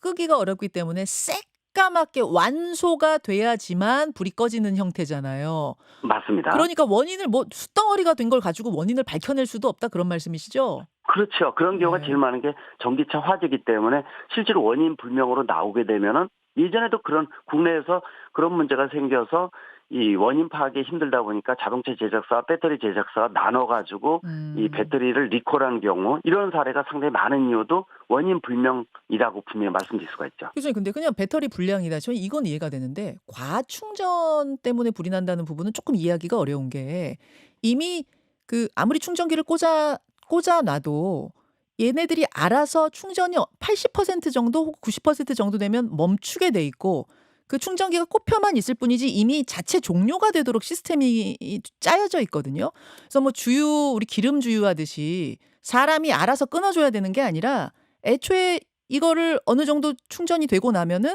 알아서 얘가 종료가 돼요. 그래서 아무리 꽂혀 있다고 해서 계속 충전되는 게 아닌 건데 근데 어떻게 과충전이 돼요? 않습니다. 지금 충전기는요. 예를 들어서 100이라는 충전까지 하게 되면 꽂아놓게 되면 97, 8%까지 충전을 합니다. 그러니까 우리가 그릇 속에 물을 집어넣을 때 가득 찰랑찰랑할 때까지 집어넣다 보니까 위에 여유분이 없게 되면 그게 바로 과충전이거든요. 근데 아예 제조사에서 우리는 이제 제조사에서 할 수 있는 것만큼 풀 충전을 하지만 애초에 설계할 때 97, 100이 아니라 80일 때가 풀이게 그렇게 설계를 하면 되는 거 아닙니까? 그렇게 하면 되는데 자동차, 전기차 자체에서도 내 차는 99%만 충전해야지 해가지고 세팅을 하면 90까지만 들어가거든요. 근데 전기차 소유주는 그렇게 안 한다는 거예요. 그냥 꽂아놓고 저녁 때 퇴근하고 아파트에 있는 완속 충전기에 꽂아놓고 아침에 출근할 때 빼게 되면 97, 8%까지 충전되기 때문에 여유분을 둬야 되는데 그걸 두지 않다 보니까 원래 말씀드린 대로 그렇게 충전하지 말고 90에서 80에서 90까지만 충전해도 위에 여유분이 있으면 과충전이 안 되고 전기차 화재의 상당 부분을 없앨 수가 있습니다. 그러나 차주가 그렇게 안 하는 거고 또 충전기 특히 아파트에 있는 충전기는 완속 충전기가 100%라고 보시면 되는데 네. 이 완속 충전기는 오직 전기 에너지만 주기 때문에 세팅할 수 있는 즉 낮게 80, 90까지 충전할 수 있는 권한도 없고 통신 기능도 없기 때문에 제 말은 그 부분에 권한을 줘야 되는 거죠. 제 말씀은 그게 아니라 그러니까 차주들이 알아서 조금만 충전하세요 그 말씀이 아니라 애초에 제조사에서 만들 때 아무리 차주가 풀로 세팅을 해도 80% 정도가 풀인 걸로 설계를 하면 되지 않느냐 이 말씀이죠. 그렇게 하면 좋긴 좋은데 그렇게 설계를 안 한다는 거죠. 왜냐하면은 전기차 가격의 40%가 배터리고 네. 또 전기차 자체가 주행거리가 짧게 되면은 다 타사 대비 경쟁 모델에 비해서 이 경쟁력이 떨어지다 보니까 최대한 주행거리를 늘리기 위해서 노력을 하고 또 배터리를 가격을 낮추기 위해서 노력해야지 경쟁 모델이 되거든요. 근데 네. 여유분을 100을 집어넣고 80만 충전하고 20% 여유분을 그만큼 비용이 높아지고 주행거리가 짧아지기 때문에 예. 법적으로 그렇게 되는 건 전혀 없다는 거고 또 차주가 안전을 위해서 노력을 해서 90 미만으로 한다든지 하게 되면 좋겠지만은 그렇게 된 모델은 전혀 없다라고 분명히 말씀드릴 수가 있죠. 아예 제조사들이 이렇게 안전하게 풀로 아무리 충전해도 80만 충전되게끔 설계하면 좋은데 지금 경쟁이 너무 치열하고 배터리를 충분히 완전히 써야지만 오래 달릴 수 있기 때문에 그렇게 설계들을 안 한다 그 말씀이시군요. 맞습니다. 전 세계적으로 이 약속을 한다면은 네. 또 규정이 들어가 있는다면은 화재를 상당 부분 낮출 수가 있는데 네. 그런 규정을 국제사에서 만들어야 되는데 쉽지 네. 않기 때문에 그래서 알겠습니다. 전기차를 하는 게 아니라 충전기에서 네. 아예 세팅을 해서 지하 충전소 같은 데는 네. 90% 미만으로 충전한다든지 네. 그런 부분들을 지금 환경부에서 보조금을 주는 완속 충전기도 그런 부분이 들어가 있습니다. 근데 이미 이 전국적으로 깔려있는 30만 대의 완속 충전기에는 이 기능이 전무하기 때문에 알겠습니다. 그래서 더더욱 불안하다는 거고 또 이 전기차가 지하에 충전소가 있고 지하에 주차를 시키다 보니까 더더욱 확산된다는 거. 지상에만 있으면 문제가 없는데 이 폐쇄 공간에 있음으로 인해서 이번 인천 아파트 사고라든지 이런 것들이 발생에 대해서 근본적인 문제 해결이 필요하다고 분명히 말씀드릴 수가 있는 거죠. 저는 차주들한테 왜 풀로 충전하고 그거 왜 빨리 안 뽑습니까? 요거는 조금 문제가 있는 요렇게 지적하는 거는 좀 문제가 있는 것 같아요. 야, 설계가 애초에 그렇게 돼서 풀로 충전할 수 있게끔 해놓고 왜 풀로 충전하냐 이거는 좀 말이 안 되는 것 같고 그리고 충전이 다 끝나고 나면 아무리 꽂아놔도 알아서 끝나요. 그렇기 때문에 네. 끝날 때까지 거기서 8시간을 기다렸다가 딱 맞춰서 빼세요. 이것도 조금 문제가 있는 것 같고 지금 법률상은 1시간인가요? 그렇게까지는 꽂아놔도 되게끔 돼 있거든요. 그래서 그렇게 다 허용을 해놓은 상태에서 왜 이것을 풀로 충전하십니까? 이렇게 차주 책임이다라고 가는 거는 조금 무리가 있는 것 같고 저는 이렇게 따지자면 교수님 말씀대로 풀 충전은 매우 위험하다라고 하면 설계 자체에서 제조사들이 그렇게 되지 않게끔 설계해야 되는 게 아닌가 이 문제 하나 지적하고 싶고요. 그리고 이제 더 문제는 불량인 경우인데 배터리 불량. 이거는 굉장히 치명적인 것 같은데 청라에서 화재가 난 차종은 벤츠의 EQE. 이거 1억이 넘는 자동차라고 하고 여기에는 중국산 파라시스 제품이 들어가 있습니다. 그리고 금산에서 화재가 난 것은 기아차의 EV6. 여기는 국산 배터리 SK-on이 들어가 있거든요. 이 배터리에서의 불량이 만약 있었다면 이거는 뿔 충전이냐 아니냐 이 문제를 떠나서 진짜 치명적인 것 같은데 그렇게 불량이 나올 수도 있는 건가요? 그렇습니다. 실질적으로 전기차 자체는 나온 지 수십 년 된 일반 내연기관차하고 좀 틀리다는 부분들도 있어요. 즉 전기차의 안전이라든지 여러 가지 문제점 측면에서는 계속 보완이 필요한 부분이다라고 분명히 말씀드릴 수가 있습니다. 그러나 이 문제는 전기차 화재가 생겼을 때의 어떤 공포스러움 또 이 가장 큰 문제는 이 배터리 셀의 불량 자체를 없애야 되는 것도 제조사의 책임이라고 보고 있고 예. 또 정부가 인증을 해줄 때 그런 부분을 얼마큼 안전하게 만들어주느냐도 분명히 문제점이 있습니다. 그렇죠. 문제는 예. 이 불이 났을 때 원인을 파악을 하게 되면 충분히 네 책임이야라고 해서 보상 체계나 시스템을 만들어줄 수가 있지만은 예. 만약에 원인이 안 나오게 되면은 추정만 할 뿐이지 그 부분에 대해서 누가 책임이라고 얘기하기가 어렵다는 이런 한계점들이 있다 보니까 더더욱 혼란스러운 부분이 있고 가장 두려운 거는 그겁니다. 이 전 세계에서 이 지상에다가 충전기가 있고 불이 나게 되면 한 대만 불 끄면 돼요. 확산이 안 됩니다. 빠르더라도. 그러나 문제는 대한민국이 선진국 중에서 이 지하 주차장, 지하 충전소라는 조건은 최악의 조건을 가지고 있다는 거고 소방청에서도 이번에 아시겠지만 불났을 때 소방차도 못 들어갑니다. 그런데도 8시간 반이 걸렸어요. 예. 즉 지하 충전소에 있는 이때 불이 나지 않게끔 만들어주는 것을 이 거주하는 아파트 거주민 이런 사람들이 요구하는 부분들인데 이 부분들을 확보를 안 한다면 전기차 거부해야 되는 게 확산이 된다면 굉장히 큰 문제가 되거든요. 그 문제를 해결해 주는 것이 가장 우선이고 아까 말씀하신 대로 제작사가 뭐 국제사회에서 약속을 해서 90% 미만 충전하게끔 만든다라는 합의사항이 나면 훨씬 더 안전하겠죠. 네. 근데 그런 부분의 합의도 아직 안 돼 있다는 거. 그런 네. 측면에서 아직 가야 할 길이 좀 있는 것이 전기차가 아닌가. 특히 지하 충전소의 공포스러운 부분들은 분명히 해결이 되는 안전 과제라고 볼 수가 있습니다. 그러네요. 지금 뭐 원인도 차가 완소가 되기 때문에 원인 찾기 굉장히 어렵고 그리고 모든 전자제품에는 아무리 완벽하게 만든다고 해도 불량품이라는 게 0.01%라도 있잖아요. 세상에 완벽한 전자제품이란 건 없지 않습니까? 네. 그렇게 따진다면 뭐 1000만 대에 하나, 100만 대에 하나라도 불량이란 건 나올 수밖에 없는 건데 그럼 이렇게 화재가 났을 때 어떻게 할 건가? 내연기관차도 화재가 나면 끄듯이 전기차도 뭔가 대안이 있어야 되는 게 아닌가. 저는 이 부분이 훨씬 더 중요한 문제 같은데.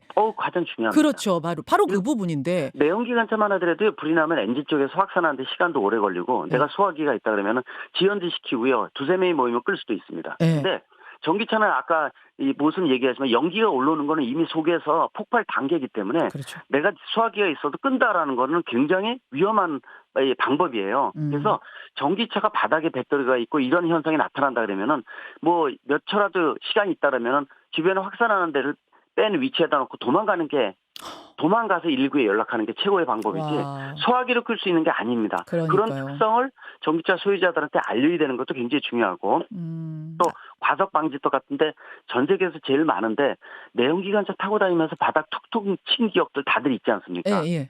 전기차는 바닥에 계속 치게 되면은 압력이나 충격을 받게 되면은 배터리 상태가 안 좋아집니다.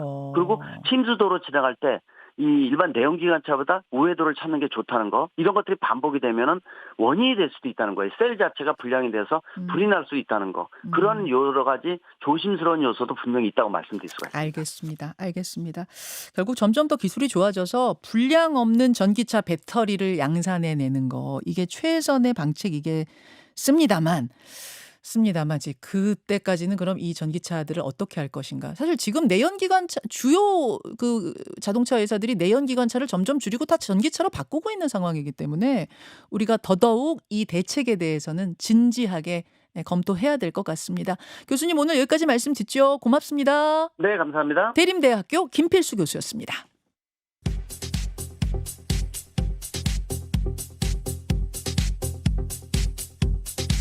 일타 박성민.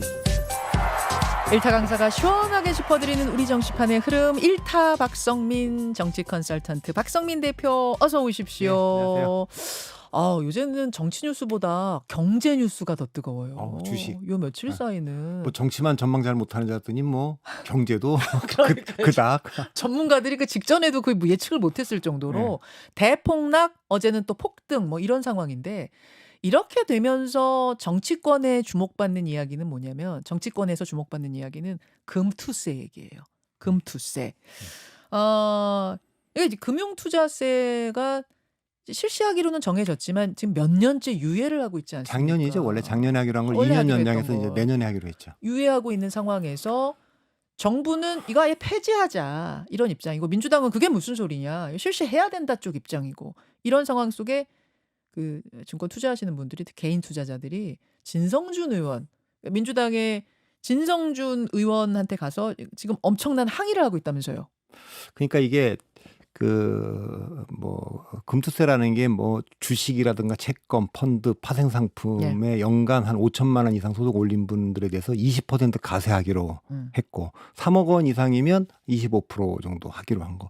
원래 2003년도에 시행하기로 했던 건데 2년간 유예를 한 겁니다. 그러니까 이제 얼마 안 남았잖아요. 근데 이제 다가오니까 이제 금투세하고 종부세하고는 좀 성격이 좀 달라요. 그러니까 종부세는 예를 들면 30억 정도 아파트를 갖고 있어서 종부세 내는 분이 종부세 안 내려고 10억짜리 아파트로 이사 갈 일은 거의 없지 않습니까? 근데 금투세는 요 세금을 회피하기 위해서 청산을 하게 되면 실제로는 개미들이 그 주가가 떨어지니까 영향을 받는다 이제 이거 아닙니까? 그렇죠. 그래서 이제 이재명 대표도 이거 이대로 하면 안 된다. 여러 가지 안을 내놓고 있어요. 그 중에 하나가 지금 연간 한 5천만 원 이상이라 그랬는데 기준이. 이재명 대표는 연간 한 1억으로 해서 5년간 한 5억 정도 이런 정도로 좀 완화하는 게 어떻겠냐. 또 그리고 지금 당장 내년에 시행하기로 한 거를 한 번 더 유예를 좀 더 해보자. 뭐 이런 입장이에요. 예. 근데 이제 진성준 정책위 의장이 그거 안 된다. 굉장히 강해요. 그대로 가야 된다. 그 민주당의 어떤 당의 정체성이다. 근데 종부세는 이제 그 노무현의 내 것이기 때문에 약간 정체성이고 그런데 이게 지금 민주당 입장에서는 주식 투자하는 분들이 민주당 지지자들도 많을 거고 이재명 대표가 우리도 알고 있기로는 주식 투자를 잘하고 뭐 계속 해온 걸로 밝혔어요. 주식 투자 한다고. 그건 뭐 그 여러 번 기사도 나왔고 그러니까 좀 그에 대한 이해가 좀 있고 그러니까 그런 문제가 있는데 지금 이게 뭐 그 다가오고 그다음에 이재명 대표가 중도층으로 조금 또 주식 투자하는 분들에게 표를 의식하니까 요거는 이제 그 진성준 위원장이 저렇게 의장이 버티긴 하지만 지금 뭐 국제적인 경제 상황도 안 좋고 하니까 조금 뭔가 이재명 대표가 조치를 취하지 않을까 싶습니다. 아, 한동훈 국민의힘 대표까지 금투세 문제에 뛰어들었는데 뭐라고 했냐면 이재명 전 대표를 향해서 금투세 폐지 그거 토론하자. 나랑 한번 논의해보자. 금투세 폐지해야 된다 쪽이거든 이제 한동훈 대표는. 그러면서 금투세 폐지가 민생이다. 초당적으로 협력하자 이런 입장을 어제 냈거든요. 그럼 보시기에는 민주당도 진성준 의원 뭐 설득해서 이거 협력할 거라고 보십니까? 뭐 저는 그렇게 될 것 같습니다. 그렇기 때문에 그 2003년도에도 시행하기로 했던 게 유예된 거 아니겠습니까? 그러니까 주식 투자자들이 많기 때문에 그리고 아까도 말씀드렸지만 뭐 종부세하고 금투세는 약간 좀 다르기 때문에 이건 개민들이 직접 영향을 받는 거기 때문에 민주당도 이대로 당론을 유지해서 그냥 시행하자 이렇게 하는 거는 뭐 쉽지는 않을 것 같습니다. 이재명 대표의 그러니까 움직임을 보면은 이 뭐 금투세에 대한 부분도 그렇고 종부세에 대한 부분도 그렇고 상속세도 그렇고 민주당의 종래 입장하고 조금씩 결이 다른 쪽으로 한 발짝 가는 느낌이거든요. 이것도 다 대선 바라보는 좀 큰 그림이라고 보십니까? 물론 그렇기는 한데 이 정책을 가지고 중도층을 잡을 수 있을지는 잘 모르겠어요. 그러니까 그 총선 끝나고 나서 이제 박찬대 원내대표가 종부세에 불을 지피지 않았습니까? 네. 이제 그러긴 한데 지금 그 압도적 의석을 갖고 있으면서 정책은 그 지지자들 대상으로 해서 의식해서 강경하게 계속 뭐 법안들 다 통과시키고 있고. 근데 이제 대표는 출마 선언할 때부터 중도로 선을 하고 살짝 하고 그래서 당 대표가 또 되면 또 사법 리스크가 가을에 결론이 나올 텐데 그 뒤에 만일에 본인들이 원하는 방향으로 나오면 대선에 승리하려면 이대로 갈 수는 없다. 그럼 이제 뭔가 좀 정책도 중도지향적으로 가야 되고 당 운영 또 이런 것도 좀 국회 운영도 좀 바꿔야 되는 거 아니냐. 확실히 이제 그때부터는 그렇게 갈 텐데 그 결정도 제가 보기에는 뭐 당대표 되느냐 안 되느냐보다 더 중요한 게 사법 리스크의 파고를 넘느냐 안 넘느냐 이제 이게 그 사법 리스크가 1심 판결이 이제 올 가을에 뭐 위증교사나 선거법이 나올 것 같은데 그것이 이제 민주당이 원하는 방향 이재명 대표가 원하는 방향으로 나오면 본격적인 대선 레이스에 들어갈 거 아니겠습니까? 그러면 이제부터는 지금까지 해왔던 거하고 좀 다르게 좀 더 중도지향적인 캠페인을 할 거다 이렇게 예상을 할 수 있죠. 그러니까 지금 경제 정책에서 살짝 당과 다른 결을 보이는 것은 지금 이제 살짝 맛배기고 9월 재판이 어떻게 나오느냐 대선 레이스에 본격 뛰어들면서부터는 더 확 갈 수도 있다고 보시는군요. 그렇죠. 당과 다른 결로. 오케이. 그나저나 민주당 전당대회 얘기 뭐 민주당 얘기 나온 김에 좀 하고 갈까요? 호남에서 지역 순회 경선을 했는데. 김두관 후보가 처음으로 두 자릿수 득표를 했고, 그리고 이제 김민석 후보가 여기서 약진했고, 뭐 흐름들은 어떻게 보셨어요? 애당초에 이제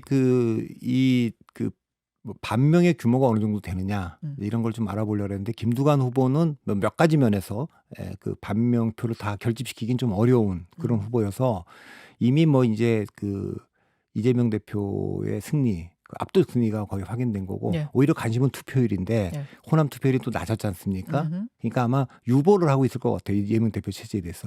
관심 갖고 있는 건 최고위원인데 원래 그 민주당의 수석 최고위원이라는 건 없습니다. 그냥 그래도 1등을 누가 하느냐가 중요한 거고 지금은 이제 쭉 1등을 하던 정봉주 후보와 이제 김민석 의원. 근데 김민석 의원을 이재명 대표가 그 김민석은 왜 이렇게 표가 안 나오냐 이렇게 공개적 지지 선언이라고 봐도 되죠. 그럼요. 이제 그렇게 되면서 이제 1등으로 올라섰어요. 네. 핵심은 이거죠. 김민석 의원이 1등을 한다면 최고위원들 중에서 네. 그건 이제 이재명의 힘으로 된 것처럼 보일 겁니다. 정봉주가 1등을 하면 그건 정봉주의 힘으로 된 것으로 보일 겁니다. 예. 이 문제가 굉장히 중요하죠. 이재명 대표의 일극 체제라고 얘기하는데 독자적인 힘으로 자기 팬덤을 가지고 그 1등을 했다. 대표 바로 옆에 대표가 다른 사람을 그 지지한다고 공개 표명했는데 되는 것은 또 다른 의미가 있기 때문에 그리고 이게 최고위원이 뭐 합의제는 아닙니다만 어떤 안건이든 그 뭐 최고위원 한 명이라도 특히 그분이 수석이면 이건 뭐 안 된다. 이 안건은 내가 미리 다 검토하지 못했다. 이렇게 되면 또 안 될 수가 있거든요. 그러네. 그러니까 옛날에 그렇구나. 이해찬 대표 체제 때도 네.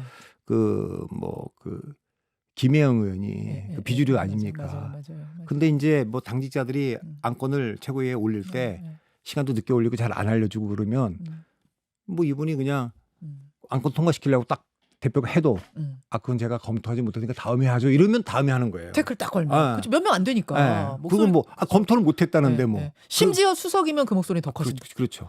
그렇기 때문에 이재명 후보가 힘 실어준 김민석 후보가 되느냐, 정봉주 독자의 힘으로 정봉주 후보가 되느냐는 상당한 의미를 갖는다. 그렇죠. 누가 될 것 같습니까?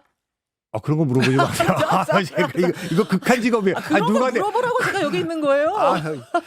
그런데 지금 이제 어저께 제가 정봉주 의원하고 뭐 방송을 같이 했어요. 근데 그러셨어요? 이제 그분이 기대하는 건 이런 거예요. 그러니까 투표율이 좀 낮은 상태인데 지금까지는 우리가 이제 전당대회를 하면 국민의힘도 마찬가지고 민주당도 마찬가지입니다. 아웃바운드, 인바운드 방식이 있어요. 그러니까 아웃바운드, 인바운드라는 건 카톡이나 이런 데 와서 링크를 걸어서 적극적으로 투표하는 온라인 투표. 이거는 지금 한 거예요.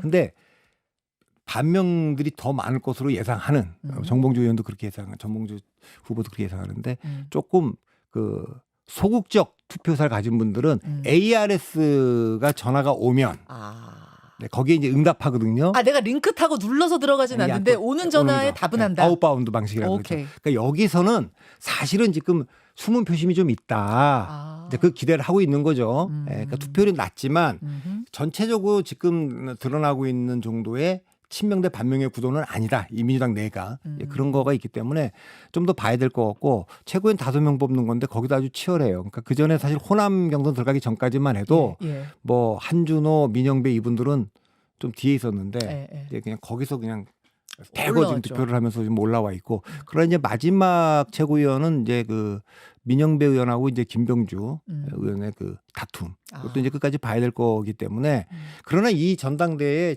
최고 관심사는 누가 지금 수석 최고위원 되느냐. 그러니까 그렇게 됐어요. 당대표 바로 옆자리에 앉아서 매일 최고위원 할 때 거기가 됐어요. 관전 포인트가 거기가 됐어요. 왜냐하면 이 당이 그 다양성이 있는 정당이고 그런 것들을 대표 선거에서 좀 보여줘야 되는데 대표 경선은 이미 이제 그걸 보여주기에는 실패했고 유일하게 관심 뜨거운 데가 이제 그 김민석이냐 정봉주냐 이렇게 됐기 때문에 이건 끝까지 관심을 알겠습니다. 끌 것 같습니다. 그 말씀하고 계시는 순간에 속보가 하나 들어왔는데 이거 속보예요? 또 속보입니까? 하여튼 우리가 뭐 일타만 시작하면 속보야. 속보는 아니래요. 속보는 아니고 이게 뭐 동아일보 단독이에요. 이재명 1기 지도부가 이재명 2기 지도부가 이제 탄생하게 되면 거기에 자문위원으로 어떤 역할을 하려는 거를 지금 추진하고 있다. 속보는 아니고 이거는 어떤 의미인가요? 이게 만약 성사가 된다면? 저는 뭐 심지어 당원을 개정한대요, 이렇게. 그런 뭐 처음 듣는 얘기라 그러니까 1기 지도부에 있던 최고위원들이나 이분들이 자문위원이라는 자문위원 직책을 만들어서 그 역할을 한다. 그 역할을 계속한다. 자문위원이라는 거 글쎄요. 자문위원이라는 게 이제 바깥에 자문만 하는 건지 아니면 뭐 그건 어떻게 하겠다는 건지 잘 모르겠습니다. 그럼 이제 정청래 최고위원 같은 분도 자문위원으로 계속 활동한다 이런 뜻 아닙니까? 그렇게 된다는 얘기네요. 이거를 오는 10일 8월 12일 중앙위원회 인준 거쳐서 18일 날 전당대회 할 때 최종 의결할 예정이라고 합니다. 요것도 뭐 하나 또 뭔가 좀 이렇게 불씨가 되겠는데 논란의 불씨가 될 수 있을 것 같아요. 자, 알겠습니다. 민주당 전당대회 관전 포인트를 짚어봤고 국민의힘으로 넘어가겠습니다. 국민의힘은 새 지도부 인선이 거의 마무리가 됐어요. 김상훈 정책위 의장, 그리고 지명직 최고위원회는 김종혁 전 조직부총장, 그리고 신지호 전 의원이 이번에 이제 새로 조직부총장이 된 거죠. 전략기획부총장. 전략기획부총장이 된 거죠. 조직부총장에는 정성국 의원이 됐나요? 네. 이렇게. 교총회장 출신 맞아요. 부산에. 맞아요. 대변인은 한지아, 곽규택 의원 두 사람. 이 흐름은 이 배치는 어떻게 보세요? 새로운 건 없죠. 음.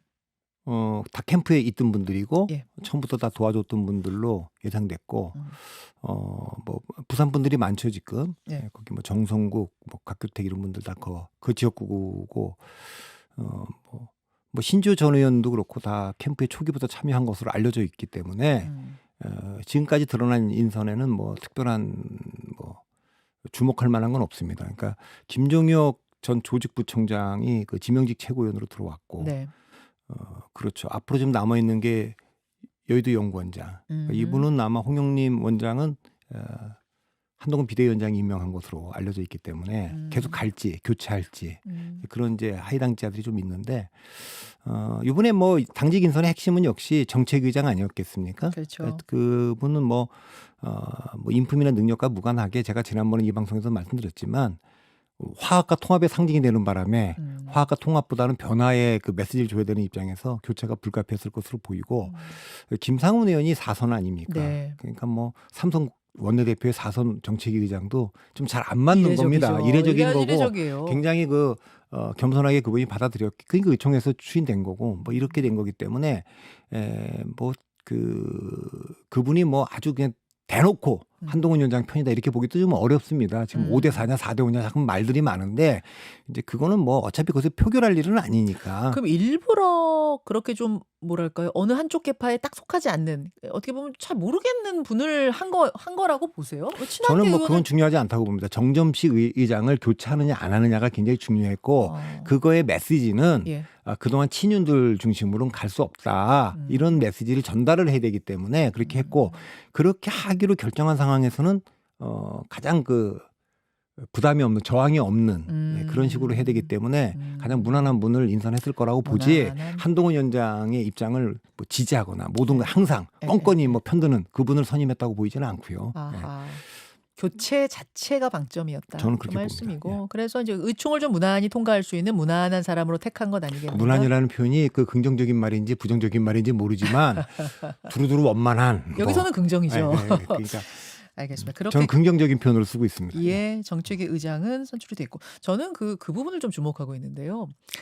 이제 지역의 당협위원장들을 한동훈 대표가 쫙 바꿀 것인가? 요거 어떻게 보세요? 요 부분 좀 주목해야 되는 지점들 아니에요? 그거는 이제 뭐 지방선거 앞두고 늘 이게 이제 마찰을 빚는 거 아닙니까? 당협위원장 교체 맞습니다. 이런 것들이. 그러니까 그거는 뭐 이 당을 한동훈 당으로 이제 바꾸려고 하면 그리고 본인이 대선 경선 나가려 그러면 지금 현재는 내년 9월달에 그만둬야 될 거 아닙니까? 그 안에 뭔가 조치를 취할 수 있죠. 그리고 그것 때문에 그런 것들 때문에 당권 대권 1년 6개월 전 그 분리조항을 둔 거죠.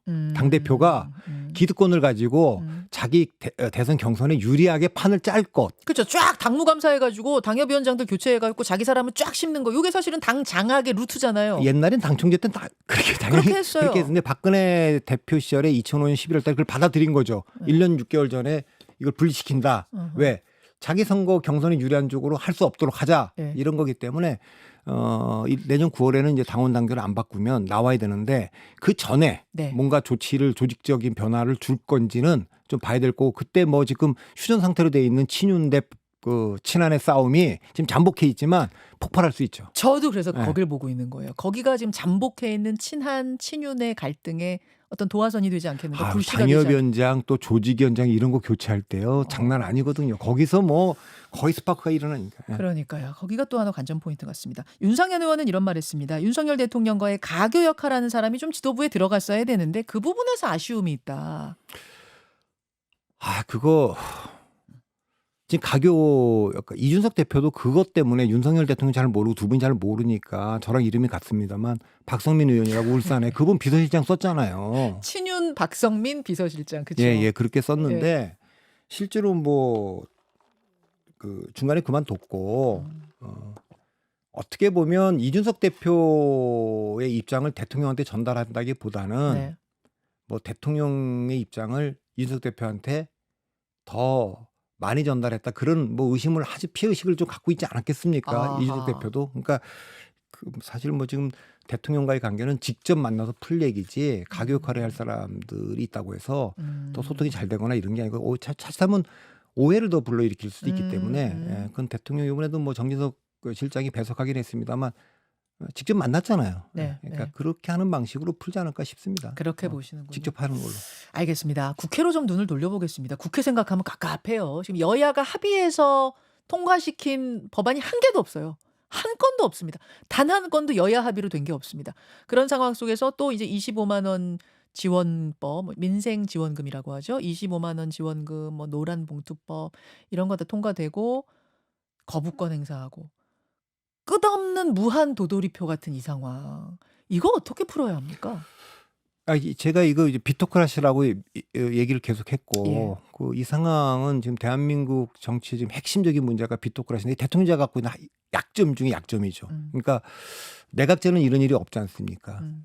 정부하고 의회가 같이 가니까. 그런데 대통령제는 이제 국민이 뽑은 권력이 이제 이중 권력 상태니까 네. 이 두 개가 이제 부딪히면 풀 수가 없어요. 그렇다고 이제 뭐 프랑스식처럼 동고 정부를 만든다거나 이렇게 할 수 있는 뭐 가능을 만들어 와야 되는데 이제 그런 게 안 되고 지금 그래서 이제 뭐 민주주의가 무너질 때 헌법에 부여된 권한 뭐 사실 뭐 특검법을 통과시킨다, 탄핵을 한다, 거부권 행사한다 이게 다 헌법에 나와 있는 권한을 행사하는 거 아닙니까? 네. 그것들이 민주주의를 좀 약화시키고 있는데 저도 이거 뭐 어떻게 해야지 이걸 풀 수 있는지 잘 모르겠어요. 그러니까 이거 상황이 결국 양당이 이렇게 하는 것이 선거가 다가오면 지방선거든 대통령 선거든 그거에 불리하다라는 전략적 판단이 들면 그렇죠. 그때 스톱을 할 텐데 예. 그러니까 이제 민주당은 그 이재명 대표의 그 가을에 사법 리스크 이후에 야 이거 우리가 이렇게 해갖고 대통령 선거 이길 수 있느냐 이대로 안 되겠다.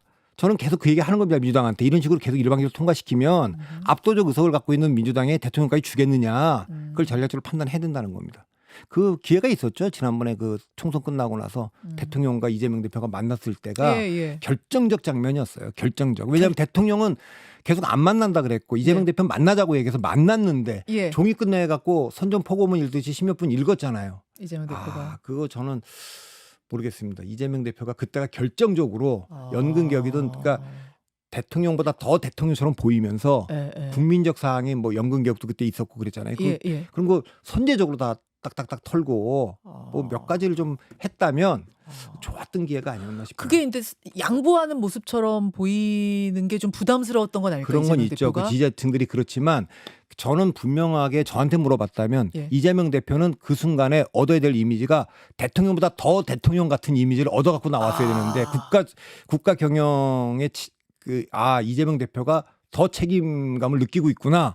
이걸 딱 심어줬어야 된다고 생각하는데 그때 그러지 못한 게 양보가 지는 게 아니라 오히려 그게 거기서 그런 이미지를 줬으면 더 중도층을 가져갈 수 있었다 그 말씀이시고. 그러니까 민주당과 이재명 대표가 그 대통령과의 그 회담 그거를 전략적 기회였는데 좀 놓친 거 아닌가 저는 그렇게 봅니다. 어제 근데 어제 민주당 당대표 토론회 또 있었거든요. SBS TV에서 했는데 거기에서 이재명 대표가 뭐라고 했냐면 윤 대통령 만나고 싶다. 이게 질문이 뭐였는지 모르겠는데 무슨 질문에 대해서 윤석열 대통령 만나서 대국적으로 전국 풀고 싶다 그런 얘기했는데 이건 뭔가 좀 실마리를 잡으려는 거 아닐까요? 아니 그러니까 그거를 그렇게 이제 그때도 그전에도 그런 얘기를 계속 했는데 그래서 만났잖아요. 그 만난 결과가 지금 우리가 다 아는 식의 그 결과고 그래서 10몇 분 읽었고 제가 그 어느 선전포고문 읽듯이 읽었다 그랬고 그래서 비공개담 들어가서 대통령께서 일방적으로 얘기를 했다 이렇게 됐기 때문에 과연 또 만날 거냐. 다만 이제 한동훈 대표가 있으니까 그 한동훈 대표가 대화를 할지 모르겠습니다. 그 얘기 댓글쇼에서 하겠습니다.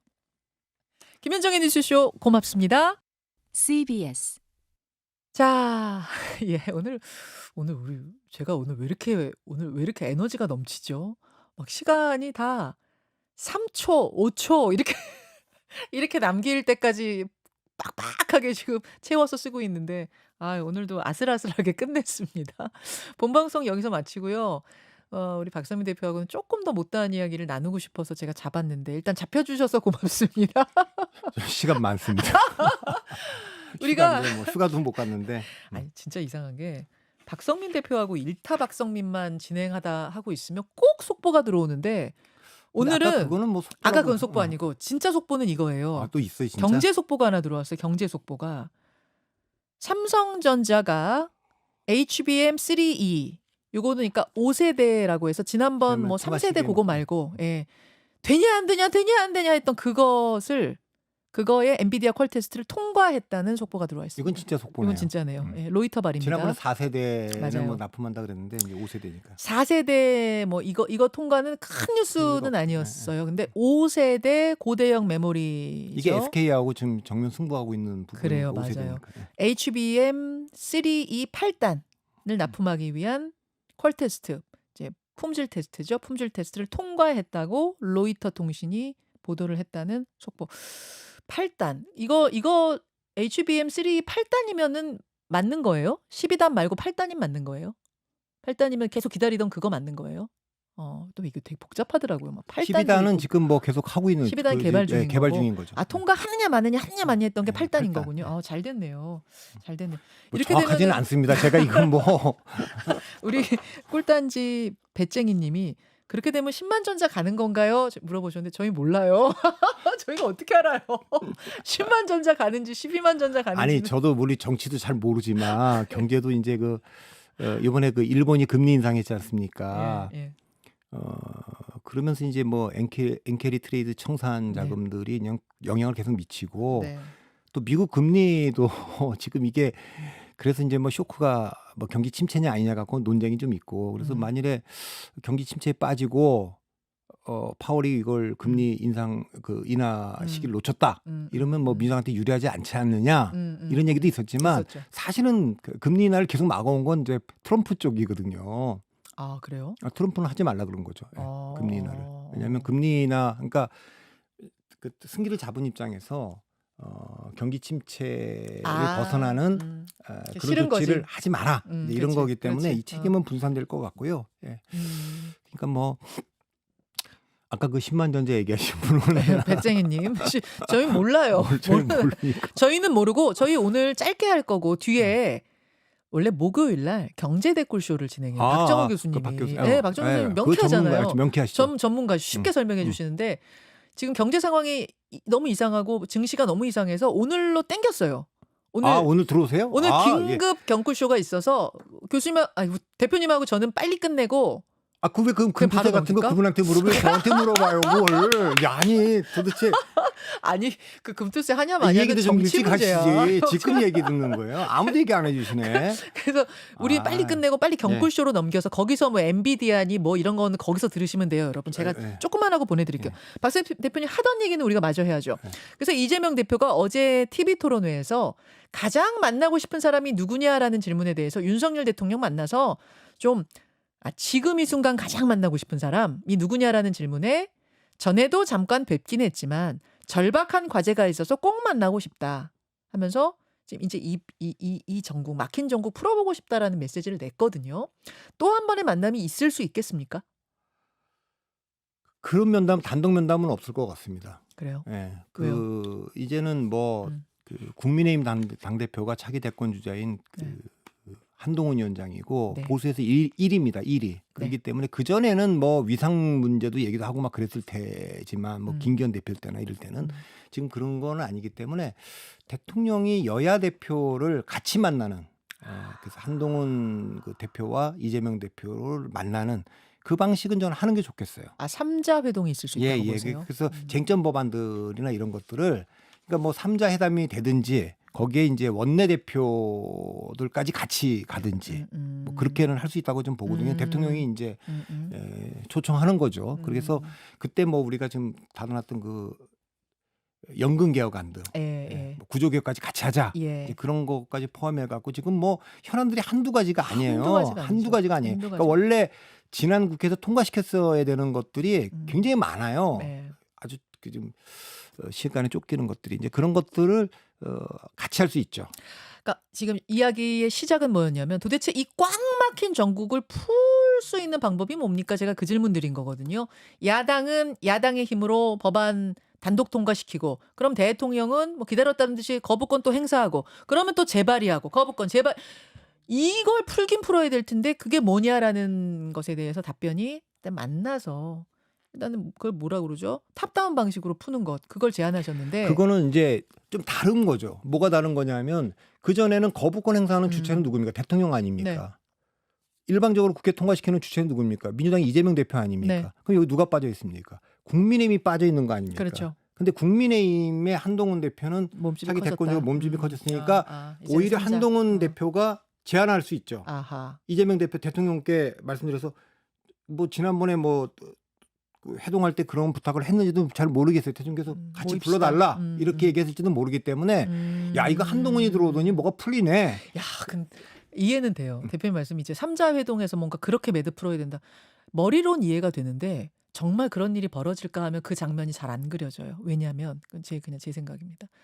대통령이 한동훈 대표도 그렇게 지금 맞득해하는 것 같지 않고 본인이 3년 남은 상황에서 한동훈 대표를 키워줄까? 이거 잘 모르겠고 이재명 대표야 당연히 지금 뭐 좋아할 리 없고 이런 상황에서 양쪽의 그 두 대표를 불러서 힘을 분산시킨다? 매듭 막 푼다? 머리로는 이해가 되는데 장면으론 잘 그려지지 않는 거는 왜일까요? 그러니까 대통령이 그렇게 하면 네. 총선도 지고 그런데 총선 이겼으면 모르겠는데 지금 대통령은 아무 레거시도 만들 수가 없는 상황이잖아요. 그러니까 야당은 그렇다 치더라도 여당의 도움도 받을 수 없는 상황이기 때문에 오히려 이걸 역으로 이용하는 게 저는 맞다고 봐요. 대통령이. 오히려 다 교착에 빠져 있는데 여야 대표를 불러서 원내대표까지 뭐 필요하면 정책위장까지 다 불러서 이거 이대로 갈 수가 없으니까 다 바꾸자, 빅딜을 하자. 그게 뭐 지난번에 뭐 그 임기 단축하고 개헌을 맞바꾸자라는 얘기도 야권 중심에서 나오고 막 이랬는데 그 임기 단축 하지 않더라도 대통령이 아니고서 지금 여야 간에 직접 대화를 뭘 풀어낼 수 있겠어요?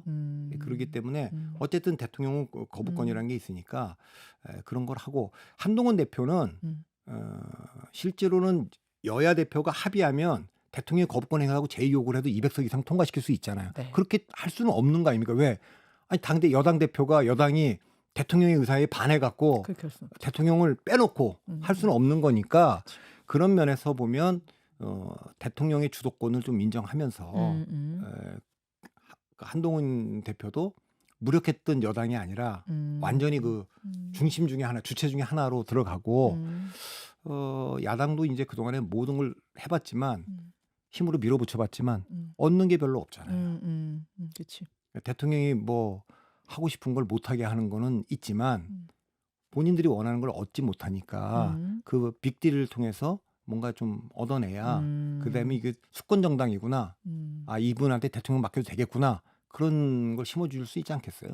다 각자 조금씩 얻는 게 있네요. 진짜. 그러면 오늘 앉아서 하면 저는 그래도 있네. 지난번에 1차 회동이 너무 아쉽게 끝났다는 겁니다. 왜 그 전략 없이 그렇게 들어갔을까? 알겠습니다. 예, 오늘 한 가지만 더 짚을게요. 이제 넘겨드려야 되는데 넘길 겁니다. 이제 경제대꾸쇼 경꿀쇼로 넘기기 전에 경제랑도 연결된 얘기이면서 정치 얘기 하나만 짚을게요. 대통령이 지금 휴가 중입니다. 윤석열 대통령 이번 주 휴가입니다. 휴가여서 정치 뉴스가 좀 덜한 것도 있어요. 솔직히 휴가 중인데 첫날인 월요일에 증시 대폭락 사태가 발생하지 않았습니까? 그런데 저는 조금 아쉬운 게 그 휴가를 보내고 있는 곳에서의 여유로운 사진 한 장이 나왔어요. 한번 보여주시겠어요? 통영의 시장에서 그래서 이게 뭐 휴가를 갈 거를 멈출 정도는 그때 아니라고 판단했다 치죠. 뭐 경제 관료들도 있고 경제부총리도 있고 하니까 그렇더라도 휴가지에서 이렇게 시장에서 뭐 이렇게 뭐 먹고 뭐 이런 거를 굳이 내보냈어야 되는가? 저게 뭐 어떤 분들은 정점식 의원 그 지역구를 갔다. 근데 저는 뭐 그렇게 힘 실어주려고 갔다 이런 건 아니에요. 저는 그렇게까지는 안 보고 그 대통령 휴가지가 저도가 거제 있지 않습니까? 거제 정통령이 붙어 있으니까 뭐 가셨을 것 같고 휴가는 뭐 지금 뭐 갈 수 있다고 보는데 성태윤 실장이 그 주식 폭락 때문에 휴가 때 그거 복귀하지 않았습니까? 이제 그런데 아쉬운 건 이거죠. 대통령이 그 관련해 갖고 좀 긴급 지시하는 장면들 이게 지금 그런 것들이 좀 같이 실리면서 저 사진이 나갔다면 괜찮을 것 같은데 이게 휴가 때 뭐 아픈 기억이 옛날에도 있지 않습니까? 옛날 낸시 펠로시 미국 하원 의장 왔을 때 그때 휴가 기간이었는데 안 만날 수 있는데 하원 의장이 왔는데 안 만났는데 하필 그때 또 무슨 연극 공연인가 그거 보고 뭐 또 올린 사진이 하필 영화였나? 연극인가 그렇죠. 연극인가 그랬는데 올린 사진이 좀 부적절한 사진을 좀 올렸어요. 뭐였지? 그때 뭐 술병들 있고 막 그랬던 사진들. 술병. 막 그때 그랬던 적이 있기 때문에 그런 게 있는데 저는 뭐 대통령이 뭐 아주 업무가 가니까 저렇게 쉬실 때는 좀 푹 쉬고 휴가 가는 건 미국 당연히 대통령 가죠. 뭐 파월 연준 의장 다 쉬니까 그럼요. 그렇게 다 쉬는 건 좋은데 긴급 상황이 발생했을 때는 좀 긴급 메시지를 딱 대통령이 이 문제와 관련해서 뭐 기재부총리하고 뭐또 성태윤 시장한테 뭘 지시했다 이런 얘기를 좀 다 좀 같이 나왔다면 좋지 않았을까? 그 참모들이 챙겨야 되는 거 아닌가? 그런 거. 그럼요. 그런 참모들이 사진들 내보이면서 챙기고 휴가. 그러니까 그게 대통령 실장이든지 홍보석이든 정무석이 빨리 판단을 해야죠. 이거 매번 이걸 어떤 걸 내보낼 거냐. 그렇지. 그런 게 자꾸만 맞습니다. 좀 아쉽습니다. 맞습니다. 그 사진은 아까 뭐였냐면은 연극 단원들하고 연극 보고 나서 단원들하고 술자리 갖는 그 사진. 그때 그런 적 근데 하필 그때 낸시 펠로시 의장이 방한을 했어요. 이번에도 주식이 하필 그날 월요일 날. 일 없는 날이 없긴 한데 대통령이라는 건 뭐 늘 터지는 건데 좀 큰 일이었죠. 일 없는 날이 없긴 해요. 없긴 한데 그럴 때 휴가 가지 말라는 게 아니라 가더라도 정무적으로 국민들께 어떤 메시지를 낼 것인가 내지 않을 것인가에 대한 판단이 있어야 된다. 그 부분은 그렇죠. 좀 얘기할 만하더라고요. 알겠습니다. 자, 여기까지 하고 경고쇼 넘길게요.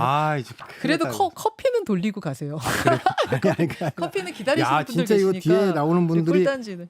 오늘 이 박정호 교수님 인사라도 하고 가실래요? 옆에 아래 스튜디오에서 지금 기다리고 있는데. 아니요. 바깥에서 가끔 저기 들어가기 전에 어떻게 이렇게 말씀 잘하시고 뭐 그런 얘기 제가 나누는데 저는 정말 부럽습니다. 오늘도 아까 그 중동 정세 설명을 하시는 교수님 말씀 정말 쉽게 잘하시더라고요. 그렇게 좀 이렇게 쉽고 시원하게 딱 설명드려야 되는데 이거 뭐 매번 나와서 박 대표님도 너무 잘하세요.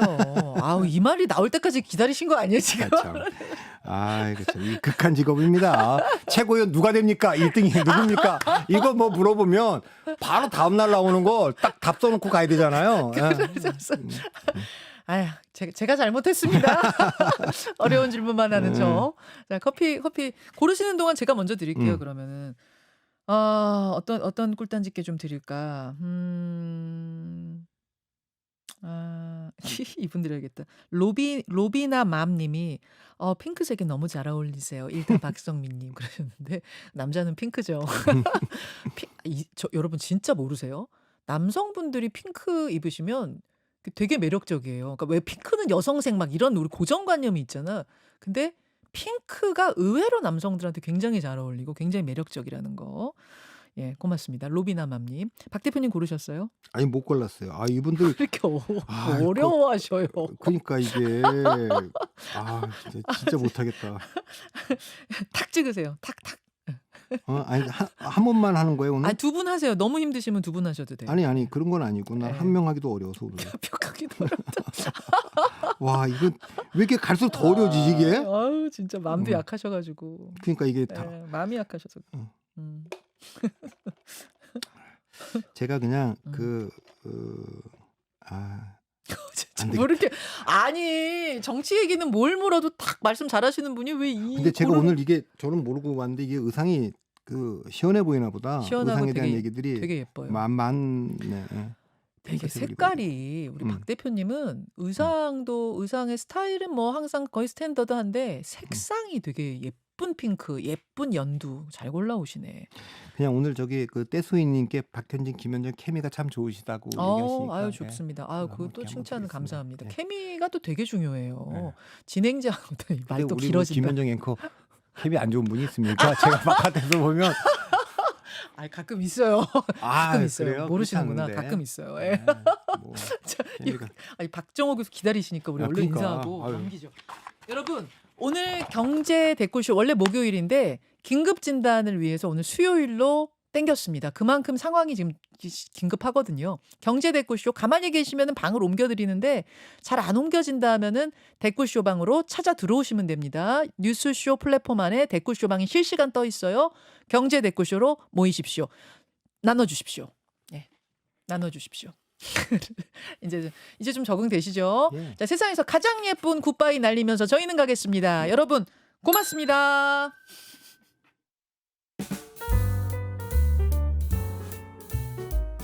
김현정의 뉴스쇼는 시청자 여러분의 참여를 기다립니다. 구독과 좋아요, 댓글 잊지 않으셨죠?